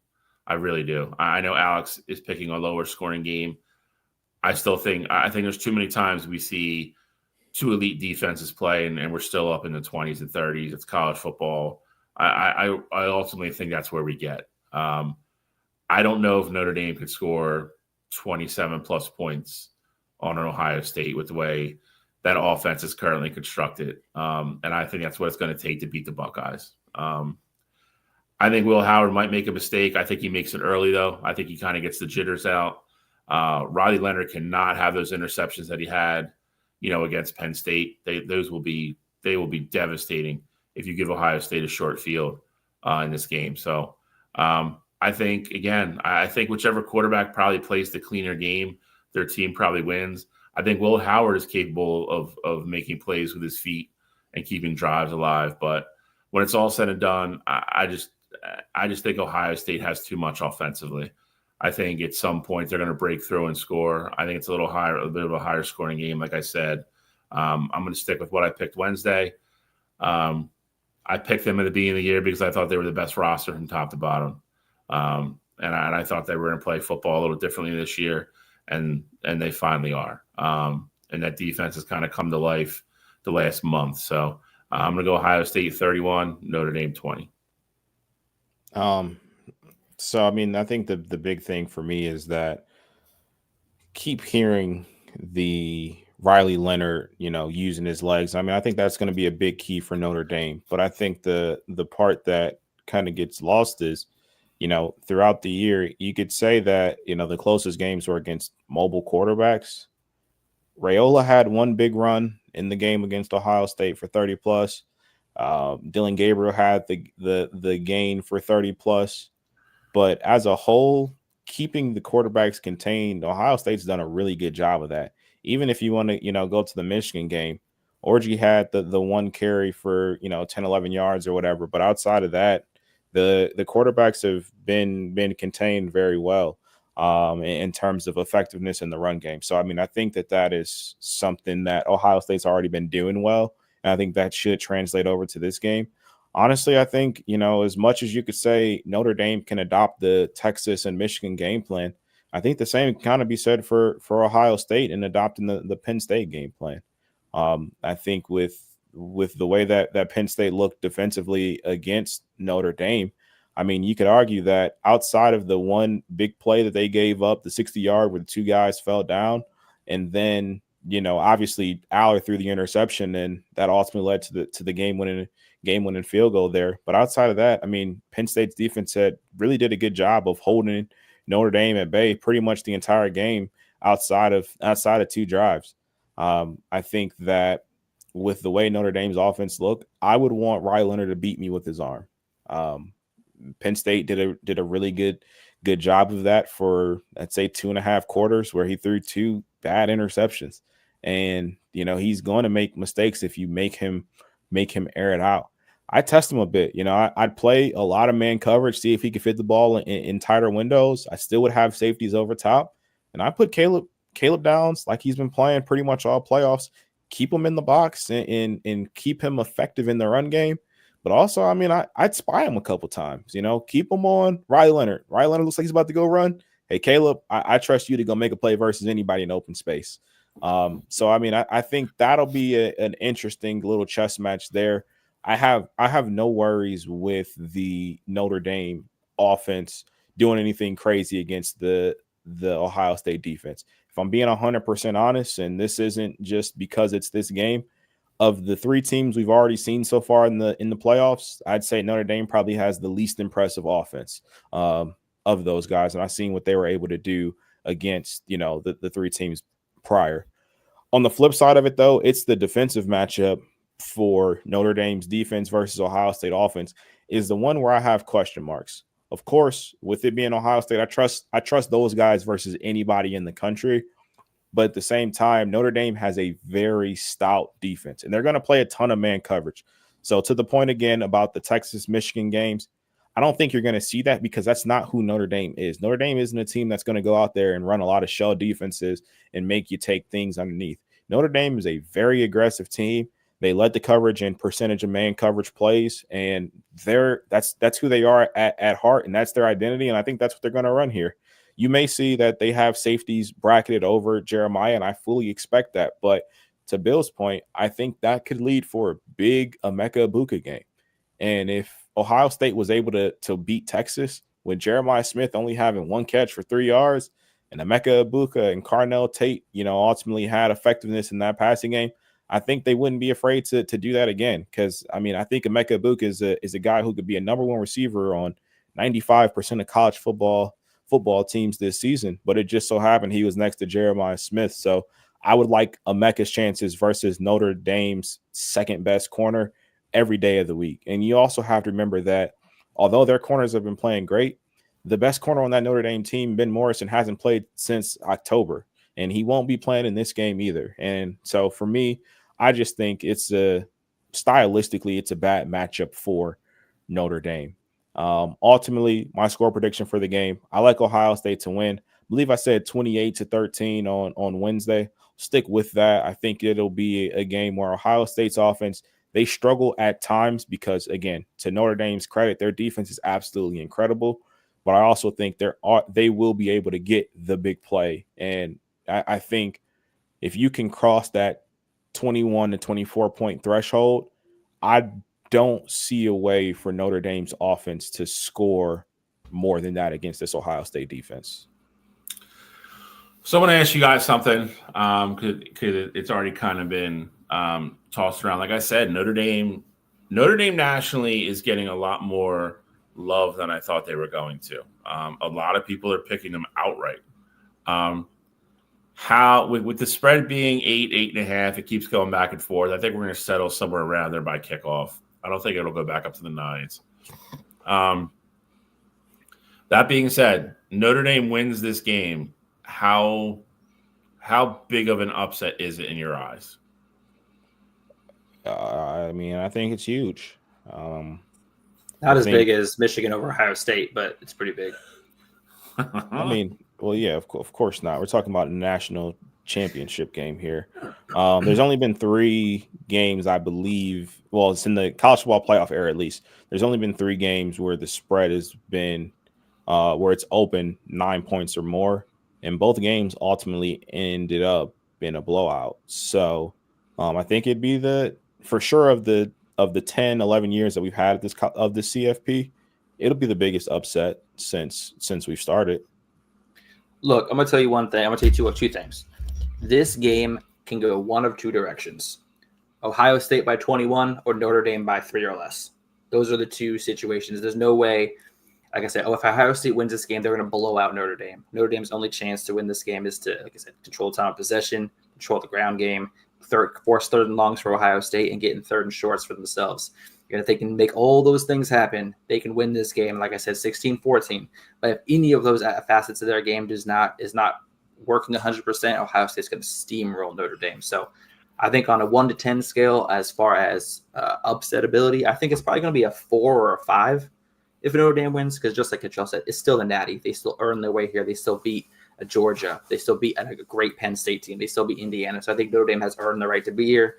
I think the 9-point spread that opened up, that was a bit disrespectful. But I'd say on the upset scale, I'd probably put it at a 4 or 5. Not the biggest thing in the world, but I'd be 4 or 5 is crazy low for a 9-point spread. I think it was disrespectful. 7 or 8 I think it was a disrespectful opening line. I would open the line at 5.5, 6.5, especially with the defensive capabilities of Notre Dame. Having overall and as a whole had a better offensive season than Ohio State, averages wise, of course. I think it was a bit disrespectful, so that's why I put it a little lower on my.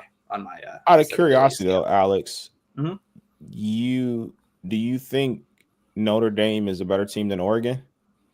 No. Well, so it's really tough to say because offensively they don't compare, but Notre Dame's defense is so shut down in the secondary that's the problem. That I don't think their defense is better than Oregon's. Yes, absolutely. I don't think there's a debate on that. I think Notre Dame's defense is 100% better than Oregon. The secondary is better. They have, like I said, they are able to force turnovers on a more frequent basis. They have 33 turnovers in their 15 games this season, averaging over 2 turnovers forced per game. Oregon is not able, I think it was the first 4 weeks of the season before they were finally +1 in the turnover category. So Notre Dame's defense is head and shoulders better than Oregon's was this year, especially in that secondary.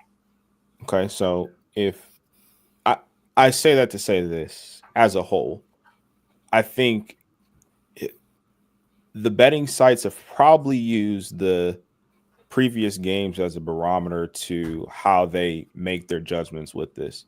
I'm not saying I think Ohio State day in, day out is a 20-point better team than Oregon, but even that going into that game, Ohio State was favored in that game. It was like 1.5 or 2.5, whatever it was when you looked at it there.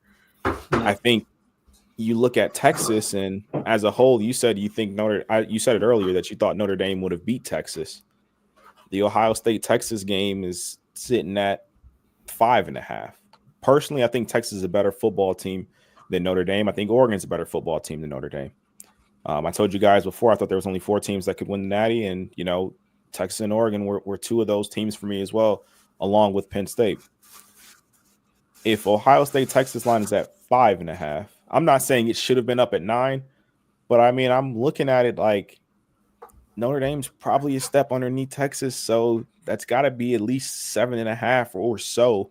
So I think 9 is high, especially because it's a Natty. But at the same time, I'm looking at it like, well, I've seen what Oregon looks like, and I've seen them at their best, and they were a true championship contender. I've seen what Texas looked like, and I've seen them at their best, and they were a true championship contender.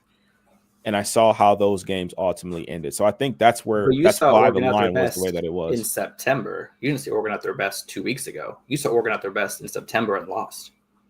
So, I mean, you're saying that you saw Oregon at their best here in the playoffs. You're absolutely wrong. So, but coming into the game, Oregon didn't play their best in that game, like how they typically do in the playoffs. But when you're looking at it beforehand, like nothing really changed. Like Evan Stewart didn't play. I get that. That's a big blow for you guys. I do hear you there. Let's be honest. That's 7 points off the board. That's only 7 points different. You know what I mean? Like I feel like they maybe scored 28 with Evan Stewart there versus 21. Right, but compared to the first game, you had Jordan Burch didn't play. Jordan Burch played in this game, and the first game, Oregon dominated in the trenches. The second game, Ohio State dominated in the trenches. I mean, I think you can get into play calling and things like that, why games went certain ways. But as a whole, even that performance that Oregon put out that game, I think a big part of it was because of what Ohio State threw at them and what the game plan was coming in, as opposed to it just being that Ohio State is that much of a better football team than them. Like, I'm trying to give Oregon credit here. I just think it was they were schemed up against better there. But I still think even that performance from that Oregon team beats Notre Dame any point along the path. Well, all right. Well, we shall see. Monday night is the big one. It's the last game of the year. Overall, overall, your thoughts on the season and the inaugural the inaugural 12-team CFP. Alex, I got a question for you before we get into that. You got it. Just for you. I 100% understand rooting against Ohio State every week because I would be the same way if I was in your shoes. Couldn't imagine being in those shoes, but I'd be the same way. If everything was the same here and there was just a different helmet up, same roster, same game plan, same guys, different helmet though. Let's say it was a Ole Miss helmet. You can't pick Ole Miss because I've been on Ole Miss since the first. I know, but I'm just saying, you can't pick Ole Miss here. I'm you just gotta saying, pick somebody neutral. If this is Ole Miss, same roster, same coaches, just wasn't Ohio State, would you be expecting a 16-14 game, or is that just what you're hoping for and just what you feel because it's Ohio State? There's the American Constitution. Right? It's amazing, and the reason why it's amazing is because you can plead the fifth. I'm pleading the fifth. That's fine. It tells me everything I need to know. That tells me everything I need to know. So that's all right. I'm pretty sure that's not in the Constitution, but whatever, bro. It's somewhere where you can plead the fifth. You don't have to incriminate yourself, so I'm not saying nothing. But no, honestly, it's really funny though that both the especially in this college football landscape, the first year of the college football playoff has two transfer quarterbacks leading the way. Like not like transfer guys like Quinn Ewers transferred like 3 years ago and has been Texas has started, but like two first-year starters of these programs led these teams to the college football playoff, and Will Howard and Riley Leonard. And I think that's going to be setting a precedent for the future of college football playoffs. I think we're going to see this a lot where the teams that are having the most success have those transfer quarterbacks, the older guys, the guys that have been around a little bit, the veterans, as I like to call them. And you guys aren't fans of the guys who are fifth and sixth year guys. I love them. And this is exactly why. Experience gets you far in the college football playoff. It's not that I'm not a fan of them. I just think that you have to be very selective when you go that route. No, I agree. Avery Johnson's like, damn, I wish I could have gone to Ohio State. Except sticking at Kansas State. But anything else we're doing? We doing anything else today on the show, or is that? We are at noon. We got time. I'd say we. It's up to you guys. I only say this because my answer could change depending on what happens on Monday night. But I don't think it has to be that way. I think you can throw out your guys, and if it changes, then say it next week. See, I don't want to change. I want to make a final decision. I think it's a perfect discussion for next week because we'll be done. But I got many names though. I got so many names, and neither of them are playing this week. We could go. We could go over all of them next week. I mean, next week we got to recap. We have to recap the game. Obviously, we can do the portal question. We're gonna give our way too early top tens. We got a lot of space next week. Just saying. You right, Alex. You right. It's 1-1 here. What you got? Final call here. You got the swing vote. No, I do like what Bill's saying, where we can address them next week, especially if all we have to talk about next week is the recap, and then top 5 guys not in the NCAA football games. Don't forget that. Yeah, so go. I mean that's a good show. I've already been vehemently corrected by 2 people for the record. Not incriminating yourself is it's actually the 5th Amendment in the Constitution. So, boom. I played the Fifth Amendment, bro. Alex did something right on the show. Look, I've been watching a show called Your Honor on Netflix. Fire. Great show. That show's great. Sarah and I just finished it. They didn't do a season 3. That's right. That's unforgivable. Crazy. I just started watching. It doesn't matter what I'm watching now, but yeah, great show. That's where the Plead the Fifth came from. Wait, what are you watching now? Heels. The wrestling. No, Heels a good show. Yeah, I'm on season 1. Just started it. That's what I'm watching right now. I liked it. If you like wrestling, you'll like it. It's fun. Look at this mountain. Look at this mountain, y'all. We are here. We are at the top. We got the Buckeye. We got the Leprechaun. We got it all. Flags are ready to be planted. I'll give you one fun question. And this is what we'll leave on. Perfect. One team that didn't make it this year in the final 12 that you think most likely makes it next year. I think it's not gonna lie to you. I got like 5. Well, give me your most likely one. I'm gonna go South Carolina. Ooh, that's a good one. Mine's gonna be a little bit crazy, and maybe it's not crazy, but I'm gonna say Florida. Florida's another name that Florida's with the transfers and DJ Lagway. Man, I like their chances next year. So I mean, now he's a Lagway fan, Kachal. I am. Well, now that I'm okay. Well, see, look.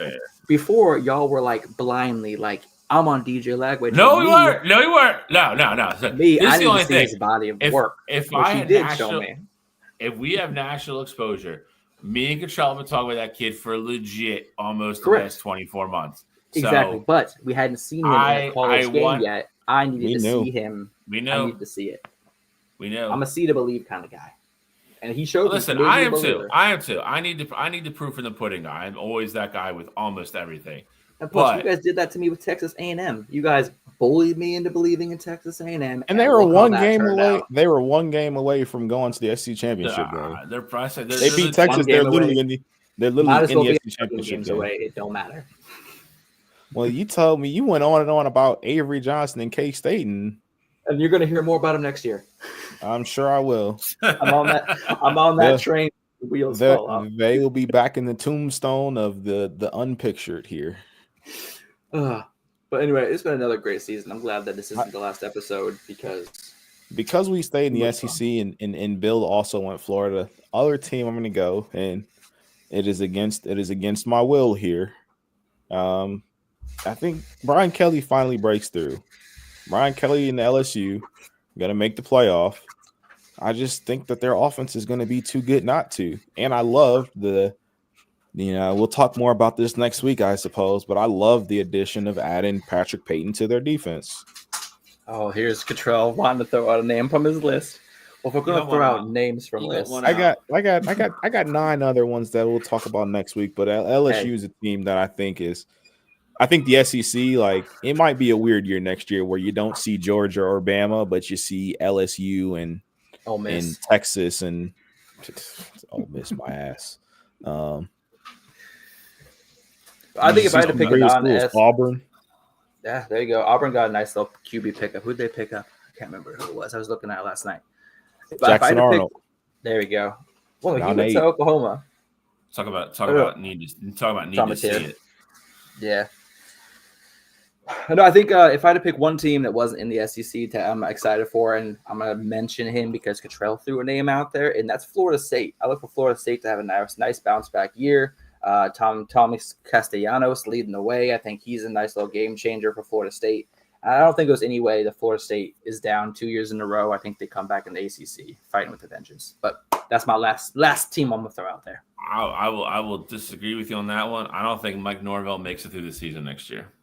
Oh, okay. That's Hot another take. fun section. Hot That's another take. fun section. Hot takes for next year. I don't have room to talk all that. All right, we gotta get out of here. All right.